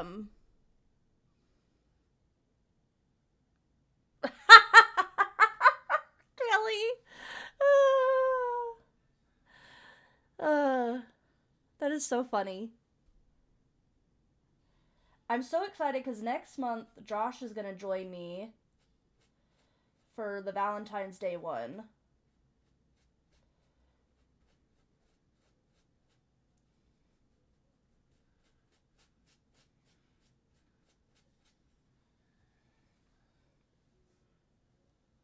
I guess just a little bit of white here.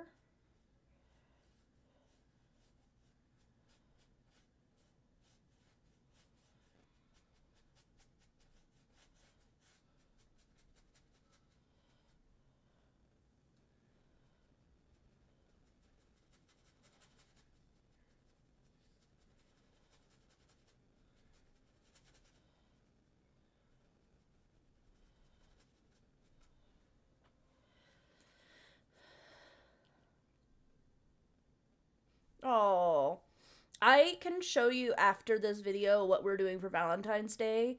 And Josh and I are going to do a painting together. It's going to be the same painting, but we'll both be doing it and we'll auction both of them. Like, yes, you get him 2 gifts. You get him, it's like Christmas babies. You get them 2 gifts. You get him 2 gifts.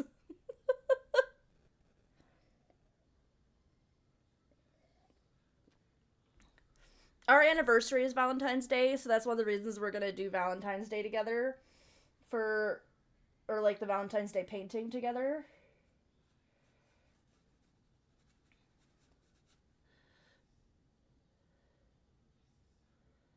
Too bad I'm your girlfriend.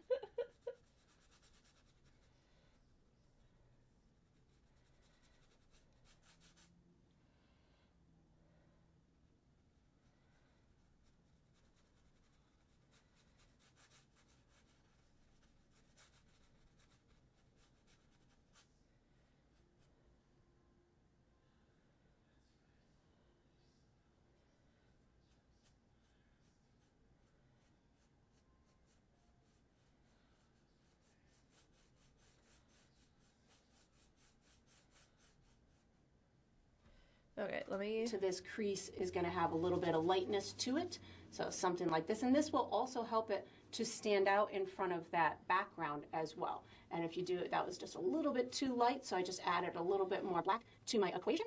I'm going to bring this right down in through here and just making sure I've got all of my chalk mark taken care of. This is going to be lighter on this top right-hand side as well. So again, just black and white on my brush right now. You could certainly pre-mix yourself kind of a medium to dark gray in order to accomplish a very similar process as I'm doing. I'm just mixing the paint on the fly or on the canvas as I go through the process. Right now I'm picking up black paint in order to just make sure I've got all this little area over here black on my dirty brush, so that get those to blend in nice. That's looking pretty good. So I'm going to now, in a second here, add a little bit more white paint to my equation so I can get a real bright highlight over here on this right hand side. So I put my white on there and then I just kind of blend it towards this left so it blends in with my gray a little bit. And again, it doesn't have to be a perfect blend. It doesn't have to be anything other than something that tells the viewer that that light is more evident over on that right hand side if you want that to happen. I'm putting a little bit more up in through here and then just getting it to blend out towards this left hand side. And you could use a different brush to accomplish the same thing. So wherever your comfort zone is on blending, you can certainly use a different brush to accomplish it. Now I'm going to do the same thing on this area down below. This is a mess. So black and white on my brush. I want this right hand side to be the brightest. So this is where I'm putting more white over here on this right hand side. Maybe a little bit up in through here. I'm picking up more black right now to get this to blend in. And I just want this to I'll drink kind some of water. speak to the gnome's hip and just kind of popping out in through here. Maybe he's dancing a little bit. And then as I come over towards this left-hand side, I'll put more black there. But I've got a pretty good color on my brush right now, so I'm going to just utilize that over here while it's on my brush. And that's another thing, you know, as you're going through this process, if you find that you've got a good color on your brush at any given time that you want to use somewhere else, then just go to that place. I just picked up more black right now on my dirty brush so I can get this to blend in a little bit. And then it's looking pretty good. Making sure I've left a good amount of black right underneath that beard like this. I think I want to put a little bit more white over on that right hand side just to make sure we can really see his hip popping out with the dance movement, whatever he's doing in through here. And then I'm gonna, I gotta do my gold pieces. So once I've got my black garment area, oh, I need to do the little arms. So I've got a little bit of lightness on my brush. Just gonna pull a little bit of lightness up towards the top of those arms, in through here. Then what I'm gonna do, I'm just gonna pick up white paint. I wiped my brush off on my paper towel, picking up some white paint just to give a couple of stripes on these sleeves, popping it out a little bit further than the actual footprint of the sleeve. So this gives me a little bit of fun detail on them. I'm going to do the same thing on this arm over here. You could certainly use your small brush if you wanted to. I'm doing it at a curve, so it's speaking to the form of that little arm. Now I'm going to wash and dry my brush. I'm going to finish these two.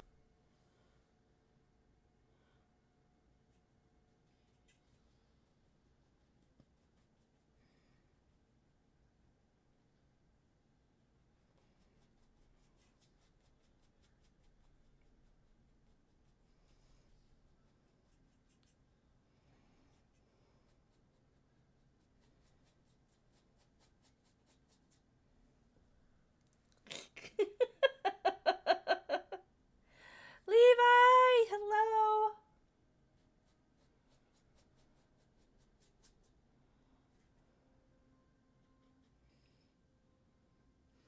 Okay.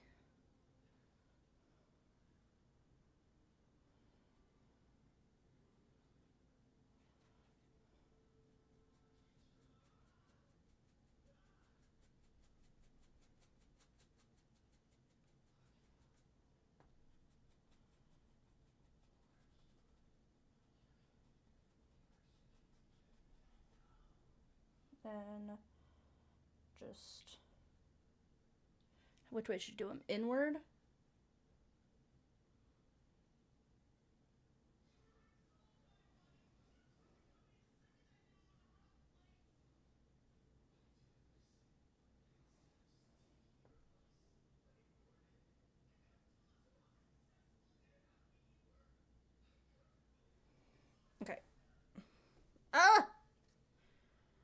two areas. I'm going to pick up a tiny bit of black first in order to give myself a little shadow underneath these. So just a little bit of black is on my brush right now. Give a little shadow there. I'm going to put a little shadow underneath this guy and through here. We'll put more shadow in the beard and stuff as we go through that process, but right now I'm just kind of giving myself a little bit of shadow at the bottom of this hat. So black, you could even use a little bit of liquid medium or water on your brush in order to get this little bit of a shadow going underneath or at the bottom side of it. So something like that. Now I'm gonna just I wipe my brush off. I'm picking up some of my gold just to make sure I've got a good second coat on this object like this. And then once I've got my second coat, I'm just gonna pop a little highlight on in the area that I feel is popping out the most to the viewer, which is gonna be that spot right above the nose and maybe this little spot over here. But I'm right now just kind of layering on another layer of the gold. Now without washing my brush, I'm just picking up white paint.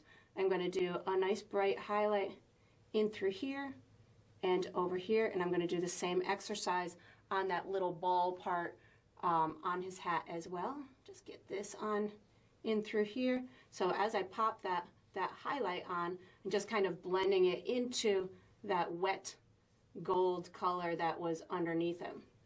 You can also just kind of pull it over in through here. That's looking pretty good. And then I'm gonna go ahead and do this little area up here. So I just wipe my brush off. I'm picking up more of my gold, put a nice second layer on in through here, and then I'll just pop a little bright highlight on it with some white. And then we're going to be using this same brush for the next step. So once you've got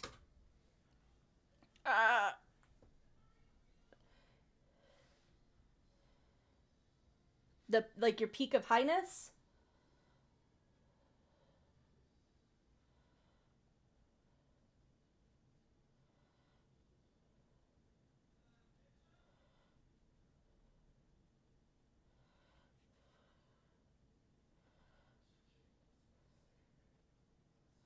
just wipe my brush off. I'm picking up more of my gold, put a nice second layer on in through here, and then I'll just pop a little bright highlight on it with some white. And then we're going to be using this same brush for the next step. So once you've got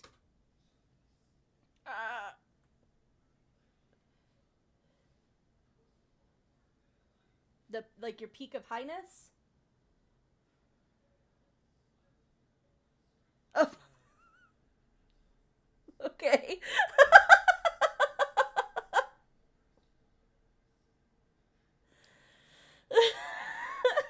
Okay.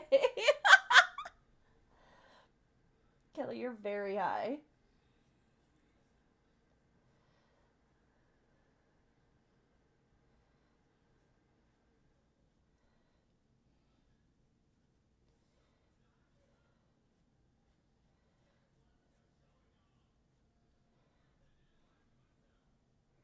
This is a mess. Mine does not look like hers.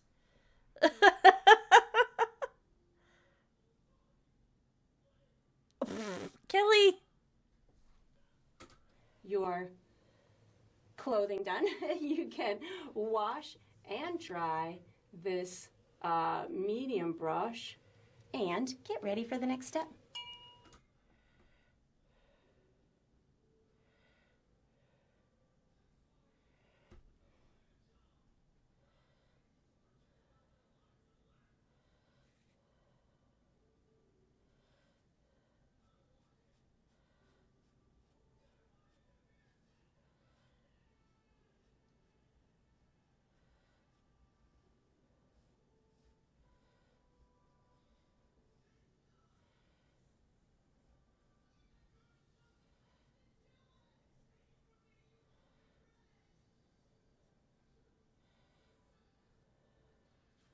Okay, let's see what happens.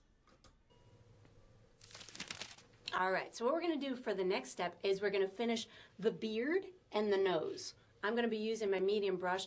The colors that I'm gonna use are black, every time you brown, hear her. white, probably my light tan or light gray, whatever you want to call that, as well as my skin color. I'm going to tackle my beard first. What I'm going to be doing is I'm going to be adding shadowy hair as it's coming out from underneath the hat, as well as underneath the mustache. And then we'll add some highlighted hair on top of that. We'll also be having a bow tie in this area later, but you don't we have may to not worry have a about mustache that now. Just know that if you do something or I you guess don't we like, will. you get to cover it with a bow tie later. So what I'm going to do is I'm going to pick up a little bit of black and brown. Oh, and we're going to do highlights and shadows on the nose to finish it as well too. I have a little bit of black and brown on my brush at the same time. I'm putting in my real shadowy stuff first. You can have your color of your beard and mustache, whatever color you would like. It does not have to be the same as mine. It can be lighter, it can be darker, it can be curlier, it can be it could be a female, you could put braids coming down.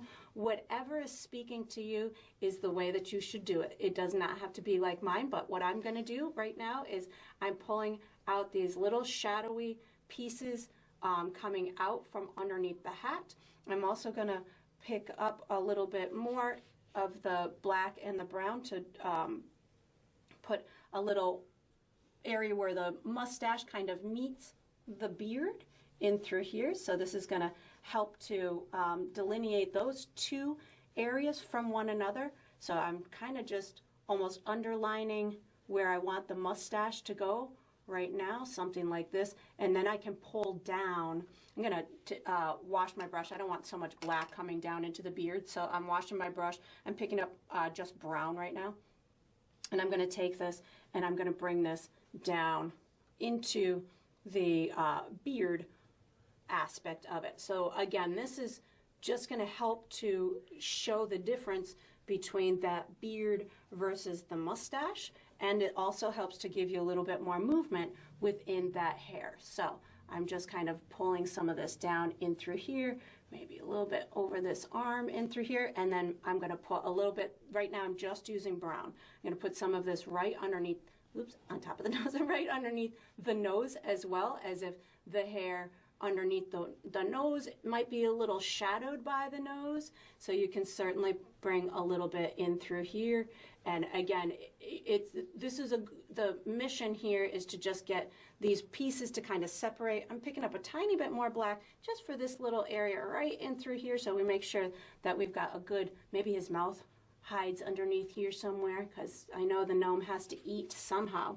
So now that I've got that done, maybe a little bit more brown coming between the darker hairs underneath the hat into the longer hairs. Once I've got that done, what I'm going to do, I'm not going to wash my brush. I'm going to pick up some white and my tan or light gray, whatever you want to call it, and I'm going to start adding all of the little exterior type of texture to my beard and my mustache. So I'm just doing this in this really nice kind of fun generic type of curl coming out. You could certainly do yours in a different way. Again, you can make yours curlier or straighter, whatever works for you. But I'm starting with both the tan and the gray just to get the movement going. I will put just white on in a minute, but I wanted these two colors to just kind of start the wavy kind of process.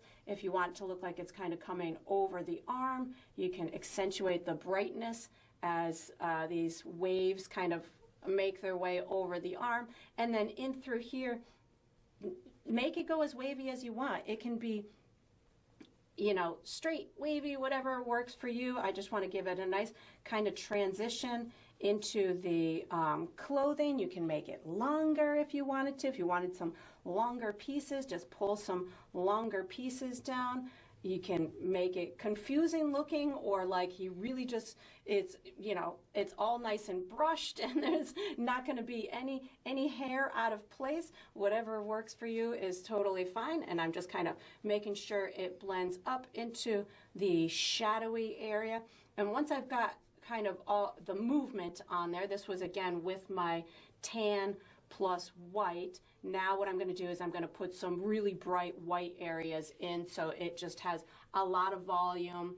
And my shoulder hurts. If I can ever stop this one step first, it'll have a lot of volume and have great texture in that. I appreciate the fact that you like my hair. So now I'm just picking up white. Oh my goodness! And I'm really Levi, just if you'd like to win the painting, I know you're in a game, but when you get back, you should redeem paint auction. You know, can get the hair, something into like the giveaway. This, making sure I've got as much brightness as I want. And then once I've got this done, I'll tackle that cute little nose, gnome nose.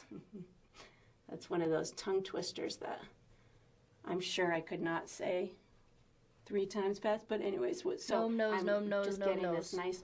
That was easy. Bits, and then I'm going to pull in some more white down in through here. And again, this is just a final kind of. I want a lot of white in my beard, so it really speaks to the pristine nature of my gnome. That he's got some nice bright white hair, and you know, he's just ready for his party, and he's got volume to it. And then once I've got this, I'm going to go ahead and do the do his little nose. So I'm going to wash and dry my brush if I can ever stop making this cute beard. And again, make it as bright as you want or as soft as you want. I'm thinking that's pretty good. I'm going to wash and dry my brush. I'm going to tackle this with a little bit of a shadow first. So I'm going to pick up. Okay, I think I'm going to stop there with my beard, because if I keep going, I think it's going to turn into a mess.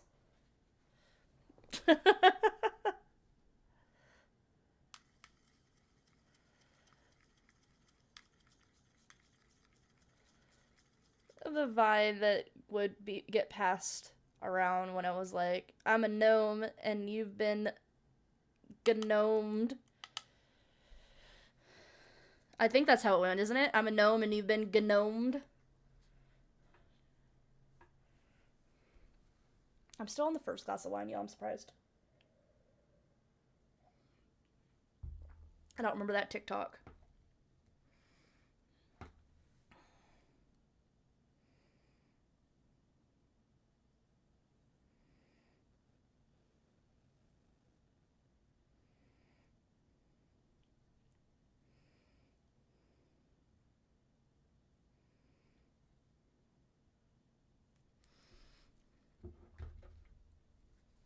What do we think so far?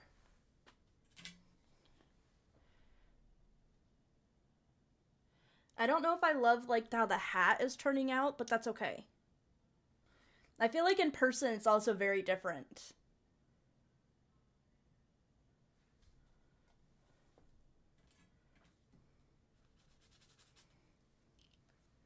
Okay. Let's see. She said she's tackling the nose next, right? A touch of brown and my skin color. So brown with a little bit of my skin color. I'm going to put a shot. Come and check it out in person. Yeah, it actually is a lot better in person. Because I feel like, because I made this really white here. Yeah. And then I was like, oh crap, that needs to have like more of a shadow so that you can see this like over it. But. Oh, I just noticed too that like your gnome is not so. Online at least it almost looks like your gnome is like super wide because of the shading right here, but in person you can actually see that like that's where the robe is. Yeah, so yeah. More, yeah, it actually looks like even better in person. So whoever wins this, you're getting lucky.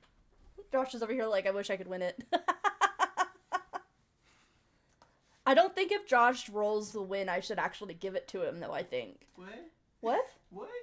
I mean, okay, where are you gonna put it? I don't know, but it's awesome. I should make this into a print. Oh my god, that would be hilarious. That's what I should do. Oh my gosh. Like, so even if you don't win, you can like print a copy of it. So you're giving away the like one of one gen painting. Yeah. But that actually is a good idea. But then I could, like, make the print available to, like, purchase on, like, Ko-fi or something like that.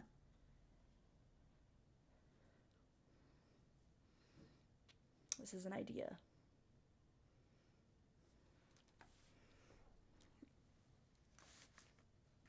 Okay.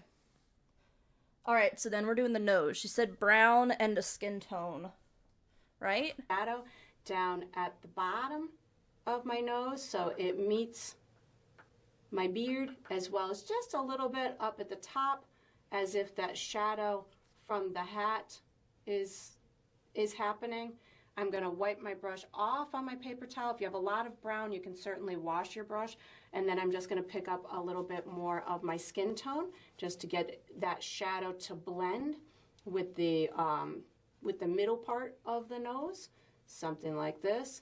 And then what I'm going to do is I'm going to wash and dry my brush, and I'm going to put a little highlight on the nose. So you don't have to do much to the nose. Just giving it a little bit of volume is going to make it, you know, again, have more substance to it, make it look more lifelike, even though, you know, we don't often see gnomes in real life. This will give it a lifelike feel. So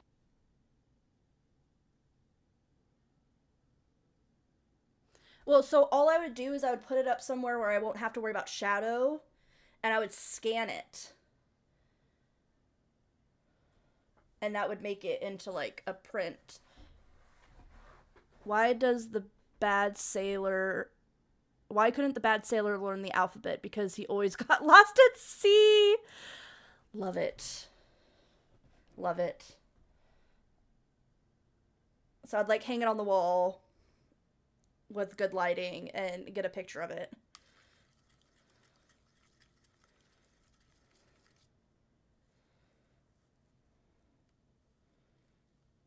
DJ, if you want to win this painting, make sure you redeem paint auction.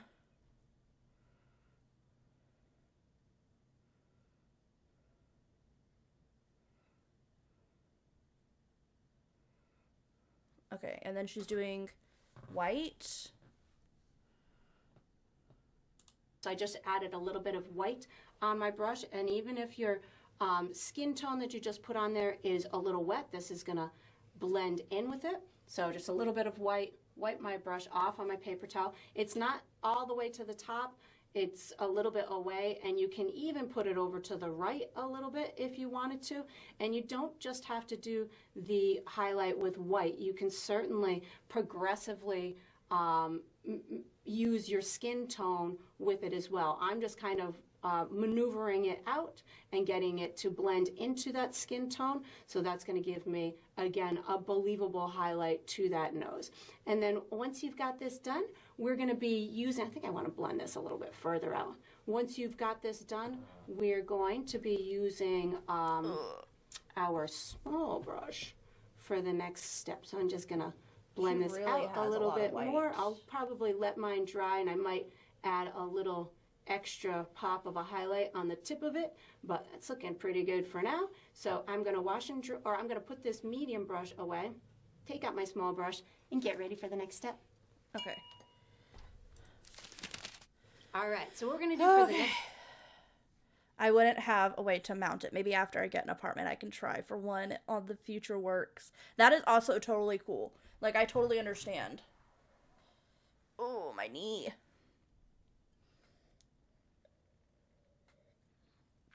What I'll do is after we raid, y'all, we've been doing this for 2 hours. After we raid, I'll take all the names and put them on a wheel, and I'll record, like, the wheel picking a person, and then I will reach out to that person after stream. Because as long as I'm streaming today, they're allowed to redeem it. So, and we might play a game after, I'm not sure, because we're already 2 hours in, and I usually only stream for 3, and she still has 30 minutes of, to explain.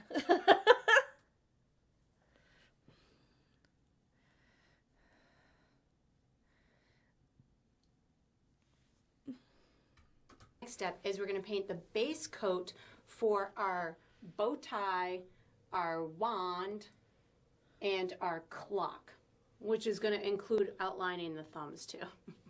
So we're starting all these cool little details. I'm using my small brush. You could probably get away with using your medium brush for it too, but I'm going to just err on the side of caution and use my small brush.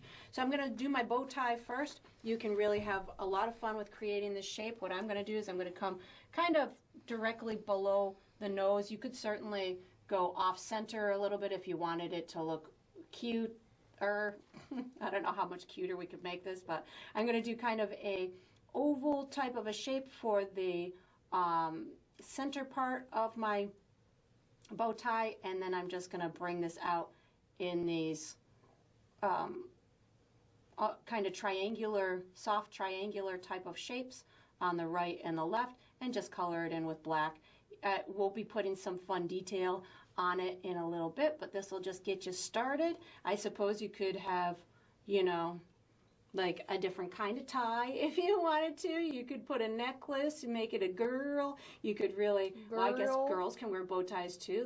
That looks kind of cool too. So you can make it into whatever you like. So that's going to be my fun bow tie shape. Then I'm going to, I don't even know if I said what colors I was using, but I'm going to use black, and gold are going to be my colors right now. So I'm going to just use a little bit, I just put a tiny bit of water on my brush to outline where I want my thumbs to go. So I'm just doing a light or a faint outline on my thumbs so I can put, I know where I can put my objects around them. So that's my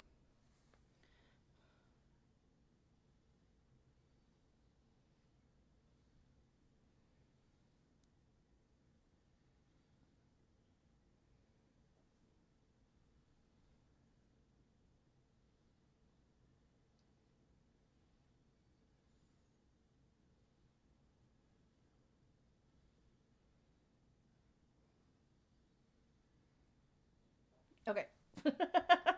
my purpose of doing this right now. So there's going to be my little thumbs. Now I'm going to put more black paint on my brush. I'm going to create my wand. I'm just doing a long diagonal type of a shape that's going to go through the thumb. So I'm going to start way up in through here and then just create my diagonal line. I'm going to skip my thumb in through there, and I'm going to bring mine, I would say, maybe just a little bit further than this, and then I'm going to widen it a little bit. I called it a wand. It's not a wand, it's a sparkler, which I guess it could be a wand with sparkles on the end. It's not very straight. In my head, I was intending it to be like a New Year's Eve, one of those cute little sparklers that you just light the end, and it's got sparkles on the end. So that's looking good, but I guess it could be a magical little wand too. So we've got that, and I'm just widening it a little bit so it's got some good substance to it. That looks good.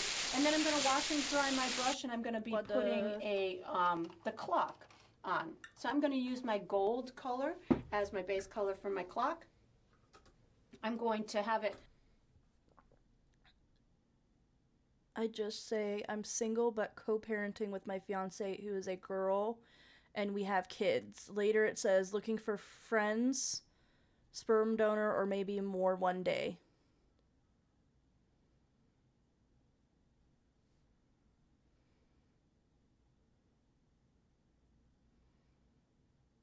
Okay.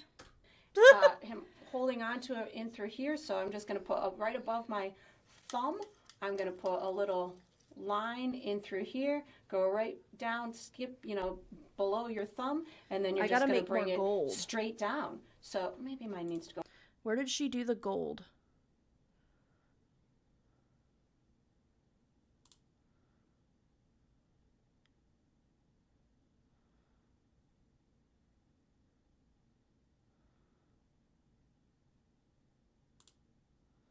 So how I got to that was brown, yellow, a good amount of yellow, more yellow than that, and a touch of white. So this will make a nice, believable, almost like metallic gold type of a color, which I think is very much associated with the celebration of New Year's, which is the time in which I'm depicting my gnome to be celebrating. And then this is going to be the skin color for the nose. So how I got to this is about equal parts of red, yellow. Yeah, there we go. Okay, let me mix this before.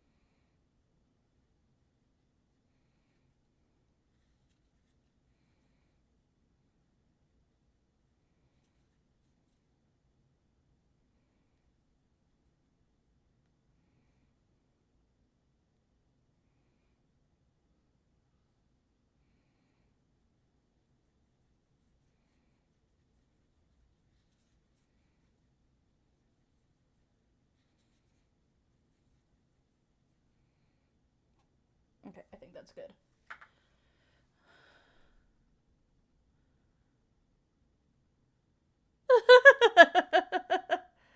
And the occasional and friend. Bring this straight That's down. so crazy. Until I'm probably maybe about 1.5 to 2 inches past his hand. So something in this length. But again, you can make yours as wide or as thin or long as you want. And I'm going to create a circular object. You might opt to draw this out or just kind of give yourself a circular type of a shape. Mine's most likely not going to be super perfect, but once I put my numbers on it and I put all of the other details in it, I'm sure it'll be all right if it's a little bit wobbly. But if you need yours to be perfect, you could certainly just kind of grab a small object like the butt end of a cup or something along that line and draw around it, and that'll give you a nice perfect circle. And then once I've got this, I'm going to put just a couple of little decorative markings or mechanisms on the neck part of this clock or watch. I guess this could be more like a watch, kind of like a big pocket watch of sorts. So something like that looks pretty good. And I'm going to just I'm going to have kind of a little curved mechanism in through here like that. And then I'll put a little kind of part up in through here. These are just fun decorations that you could really kind of use your own imagination and make them into whatever that you would like. And then once you've got this done, we're going to use a combination of our large brush and our small brush for the next step. So you can wash this brush as well as getting your large brush out and get ready for the next step. All right, so what we're going to do for the next step is we're going to finish our sparkler. I'm going to be using my large and my small brush. So I'm going to use my large brush for the glow behind it, and then I'll use my small brush for the sparks in the sparkler. I'm going to be using just yellow and white. Dating is hard. You could certainly have your sparkler any I'm going to do a slightly any color smaller that you brush. want. Again, you could have blue sparkles or purple sparkles, whatever you'd like. I Than want the this big to brush. stand out and look like it's closer to the viewer than the fireworks in the back. So I'm not going to be incorporating any red, and I'm using my smaller brush so it has smaller marks than these ones, and it'll look more in focus and in detail close to us. So I'm going to start with my large brush with just yellow paint, and I'm going to put my glowy area at the tip of my sparkler wand thing. And then I can just kind of pull it out as far as I want. Again, you can make yours really big. You can make it really, exciting and have lots of motion and stuff. What I'm doing is I'm just trying not to use too much paint. So I'm allowing myself to almost kind of thin out this paint, and it's drying in essence, kind of on the fly as I'm doing this. It takes literally seconds to kind of get on the drier side, so that way it allows me to just build these layers as I'm going. So this is kind of giving me my nice start to my sparkler. I'm gonna just bring this up a little bit further in through here. So that's good. Now what I'm gonna do is I'm gonna add a little bit of yellow and white on my large brush as well, just to start some of the brighter marks to it, but I don't want to do too much with this brush, so I'm just kind of really tapping it off on my paper towel, making sure I've got a very little bit of paint on it so I can create. I'm starting it very similarly to how I did the big fireworks, but less pressure on my brush, smaller marks, so this way it's going to make it look like it is closer to us. And in a second I'll start adding my real sparkle marks, but this just starts the party for me, gives me a little bit, you know, the essence of some good volume in it. So that's looking pretty good. So now I'm going to take out my small brush, and this is where I'm going to be really making some fun marks. I'm starting with some white paint. I'm going to do a lot of little tiny polka dots in the center, so this is going to make it look like it's got tons of energy. I'm really going to just go wild with the polka dots. I'm also going to be making what I'll call like little electrical spark type of marks. So I'm going to take this white and kind of wiggle it. So to me, that's going to give it more of a sparkler type of a look, because they kind of come out in this little twisty kind of way. So that's going to make it look different than the fireworks themselves. I'll also give it a little bit more energy to it. You can make them kind of coming out really far. I'm going to have a couple just kind of maybe popping out even farther. They don't have to connect to the center. This is what's going to make it look like they're just all these little sparkly type of marks just kind of coming out. You can, you know, dash them far away. You can make them, you know, you don't want them to injure your gnome, but definitely having lots of energy inside that center is going to be really cool. Sparkler's smaller because my painting is so small. So when I do add the yellow, which I'm going to in a minute, you'll be able to see the yellow really well, because I'm going to put it right on top of some of these white marks.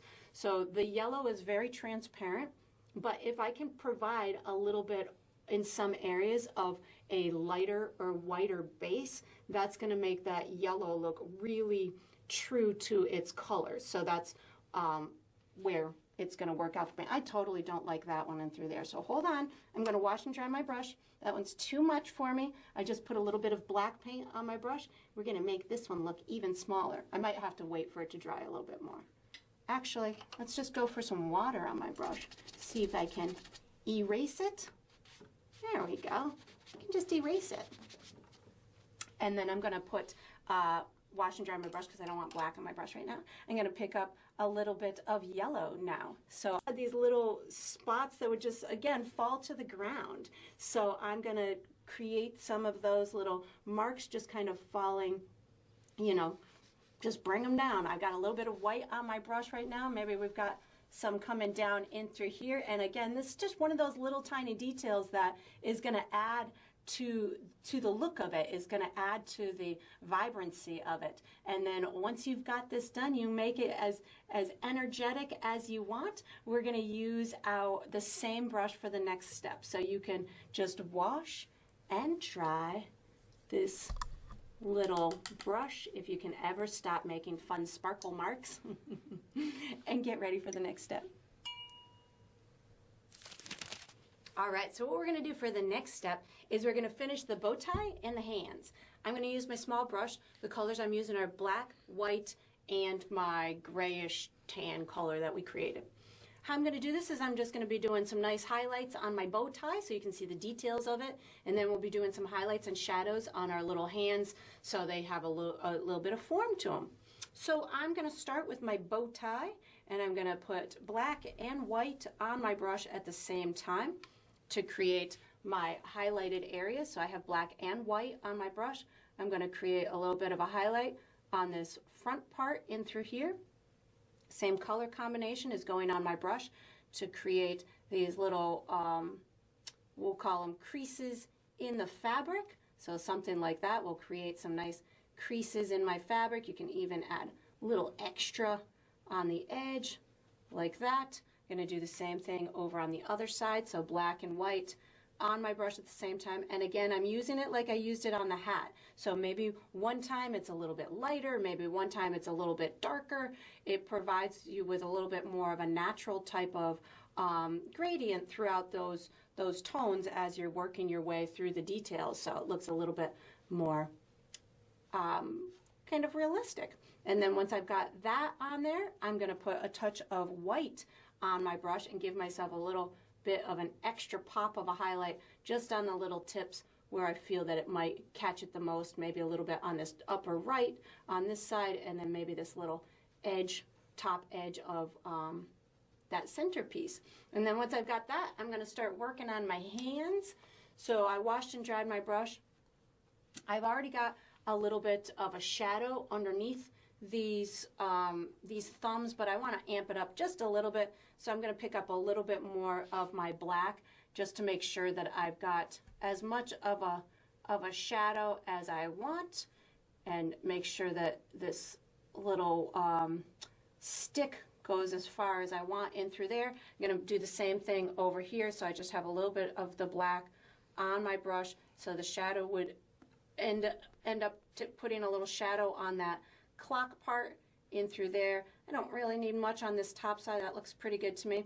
Now what I'm going to do is I'm going to wash and dry my brush, and I don't think I said I was going to pick up brown, but I am. I'm picking up brown plus my gray color, my custom color that I created. I'm going to put just a little bit of a shadowy area towards the bottom of the hand in through here. And if you bump into your sparkler, it's okay. You can paint that back over. I'm going to do the same thing over here, maybe a little bit underneath here where that hand kind of meets the sleeve. Now I'm picking up just my tan to get this all to blend in. Again, I just want it a little bit darker where it was kind of going underneath that sleeve maybe, or the bottom side of these hands, just so, again, it gives it a little bit more dimension, picking up just that grayish color that we created to make sure this side blends in pretty well. And then I'm going to add a little bit of a highlight, and also I'm doing a second coat to make sure that I have full coverage. Again, sometimes when we're doing these processes, that one coat doesn't give you a nice soft smooth coverage, so just popping a second coat on these areas will make sure that it's fully covered, and then you've got all those transitions the way that you want to. Now I'm going to pick up my tan plus white on my brush at the same time. I want a little bit of extra highlight on the tops of my hands and my thumbs, so this is just a little bit of my tan plus white to give me a little extra highlight, or a little extra form at the top of those pieces. That works out well. So tan plus white over on this side as well, hitting this thumb. Okay, I think that's good in for through the here, hands. And then the top side of this hand. I'll probably have to touch up that little sparkler because we're working around it. Working around objects is not the easiest thing to do. So that's, again, what I was speaking to before about working from the back forward. It's usually the easiest route for me to take, but when I'm doing these smaller objects like this, I may end up having to work around other stuff, which is fine. You just kind of work it the way that you can. I'm going to pick up a tiny bit of black on my brush right now just to fix my little sparkler in through here, and then I'm going to pick up just white. I'm washing and drying my brush. I'm picking up just white paint. Come back and put our numbers on the clock. So what I'm going to do is I'm just putting gold paint on my brush to give myself another coat of paint on the clock face. Mine's pretty. You might find that you have great coverage at this point and you don't need to add another coat, but I really kind of wanted it to look a little bit smoother, so I'm opting to do another coat of paint on it. Plus, this is going to help me to give the top a nice highlight with the paint being kind of fluid or still wet when I do that highlight on the top. So I'm just putting another layer in like this, and I'm doing a thin layer so it doesn't take too long to dry. So you'll see I'm We're our kind of worst critics. working it right now in order to clean up any or thin out any really thick spots. And later, after yours is all done, you could certainly do, I'm not going to do it now, and I might not do it at all, but if you needed to clean up those edges around, just let it dry and do a nice clean like black line around it, and that'll make it pop. So now that I've got my second coat on there, I'm going to pick up white with my dirty brush, and I'm going to put a highlight at the top part of the clock face. So I'm slowing down a little bit and just bringing this down towards this left-hand side, and then I'm going to do the same thing over on the right-hand side. Maybe the right gets a little bit more or less, whatever you want to do is up to you. I'm running out of paint, so I'm going to reload, and I'm going to start at the top so I can have a nice fluid brush stroke. You'll notice sometimes I can't talk while I'm painting. This is one of those moments where I'm concentrating on where I want to put my line. There we go. And again, it doesn't have to be perfect. I'm going to get it to blend in a little bit with that gold. There we go. But sometimes I have difficulty talking and painting at the same time. I just put a little bit more on my brush, a little bit more white. I put a touch of water on my brush too, just so I can kind of clean up this edge. That fluidity on my brush helps to get smoother lines. So that's what I just did in through there. Now I'm going to do some details up top before I come back and make my numbers on my clock. So I am going to wash and dry my brush, and I'm putting a touch of black paint on my brush. I'm going to do a little shadow at the bottom of this piece onto the center stem area, so something like that. I'm going to do a little shadow underneath this guy in through here.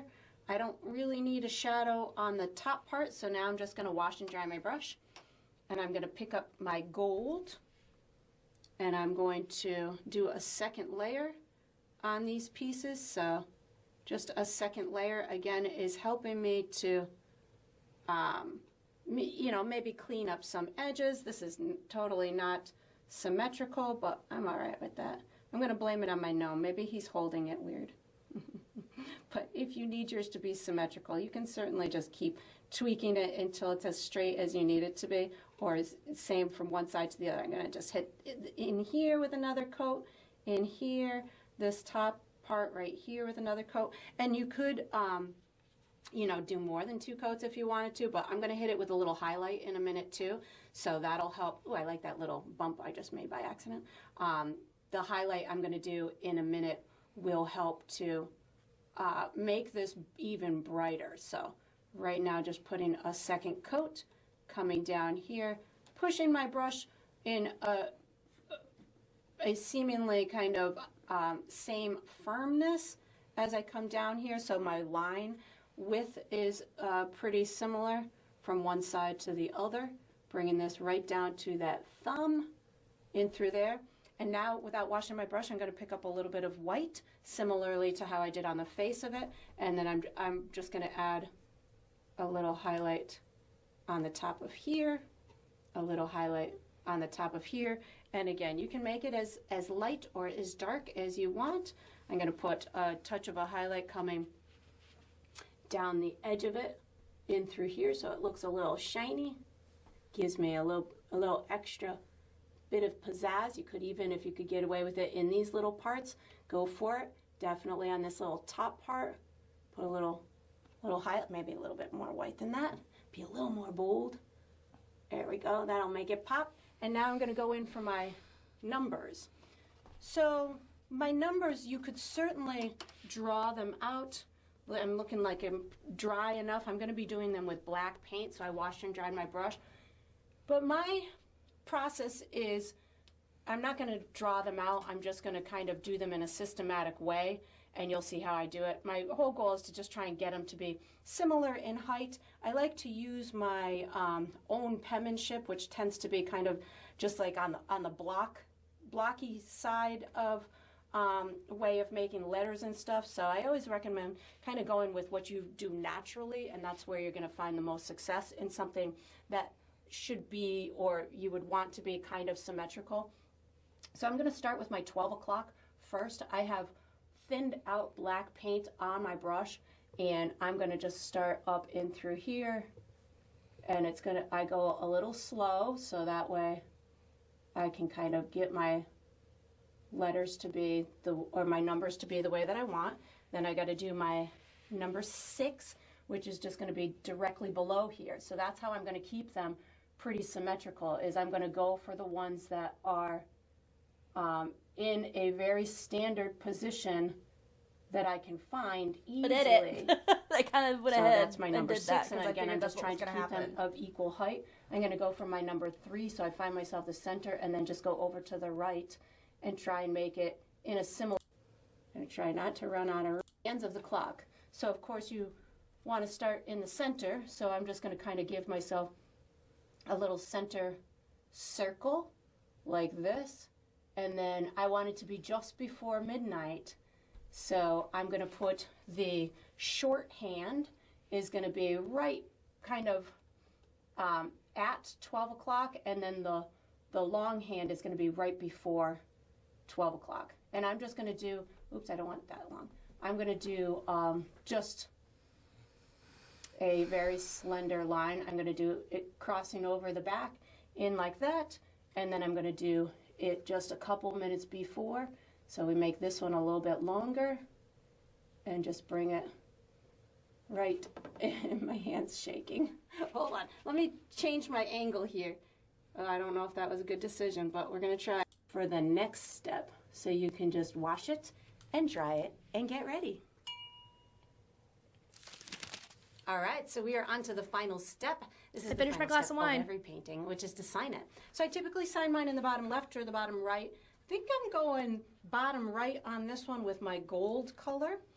I like to, and I'm using my small brush, I like to sign mine with my initials, but you could certainly sign yours with your first name or the date or a symbol or whatever you want for your identifying mark to be. Is totally up to you, because it's your painting and you get to sign it however you would like. And that's going to conclude this painting. I hope you enjoyed the process.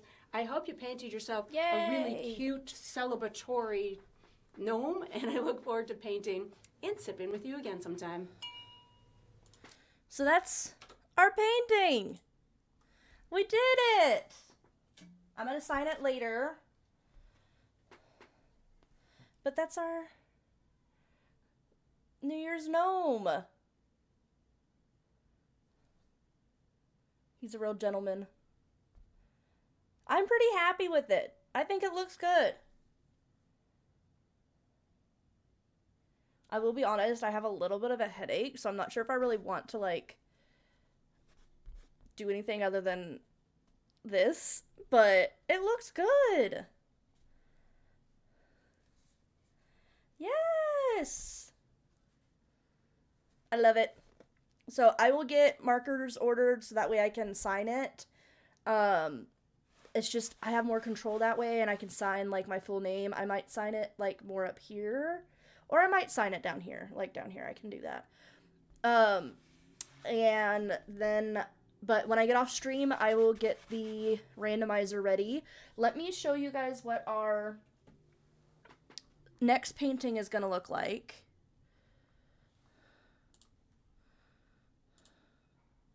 Let me show you. Property. I'll make it a little bigger.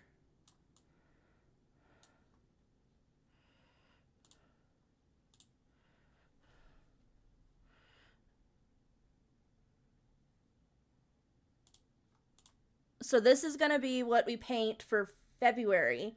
So Josh and I will both be painting this. which will be interesting.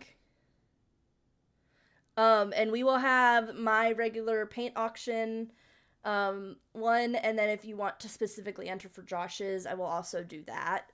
Just because I know that they could be very different, and so some people might want mine, and some people might want Josh's. And I don't want to be like, okay, first roll for mine, and then the people be like, and the person like get mine, and then I would rather not like the same person get it if possible, unless they roll for both. I don't know. We'll see. I haven't really decided.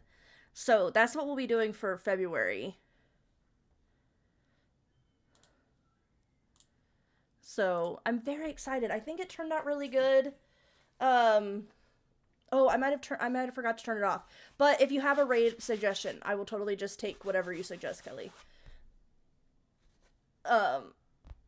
So I will roll for that, and then I will also get a pen to sign it, and then once I get that signed, I will mail it.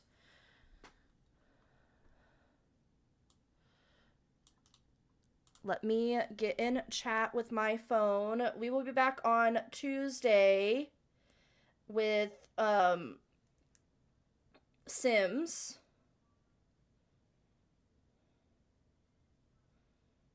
And we will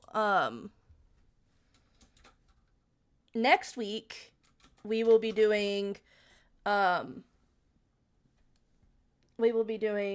Get High with Jenny and Kelly for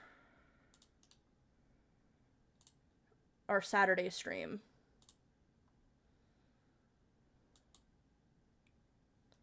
So, but thank you so much for everybody who was here. I will, as soon as we finish with our raid, I will get that video of us rolling to see who won our painting. And thank you for everybody who popped in and chatted and just lurked, whatever. It was a lot of fun. I love this. I thought that was so much fun. Kelly, you're so sweet. So I love it. It was very calming and relaxing. So I definitely think that's going to be a fun one to do for the next year. So, but I love you guys, and I will see you later. Have a great, great weekend. Bye.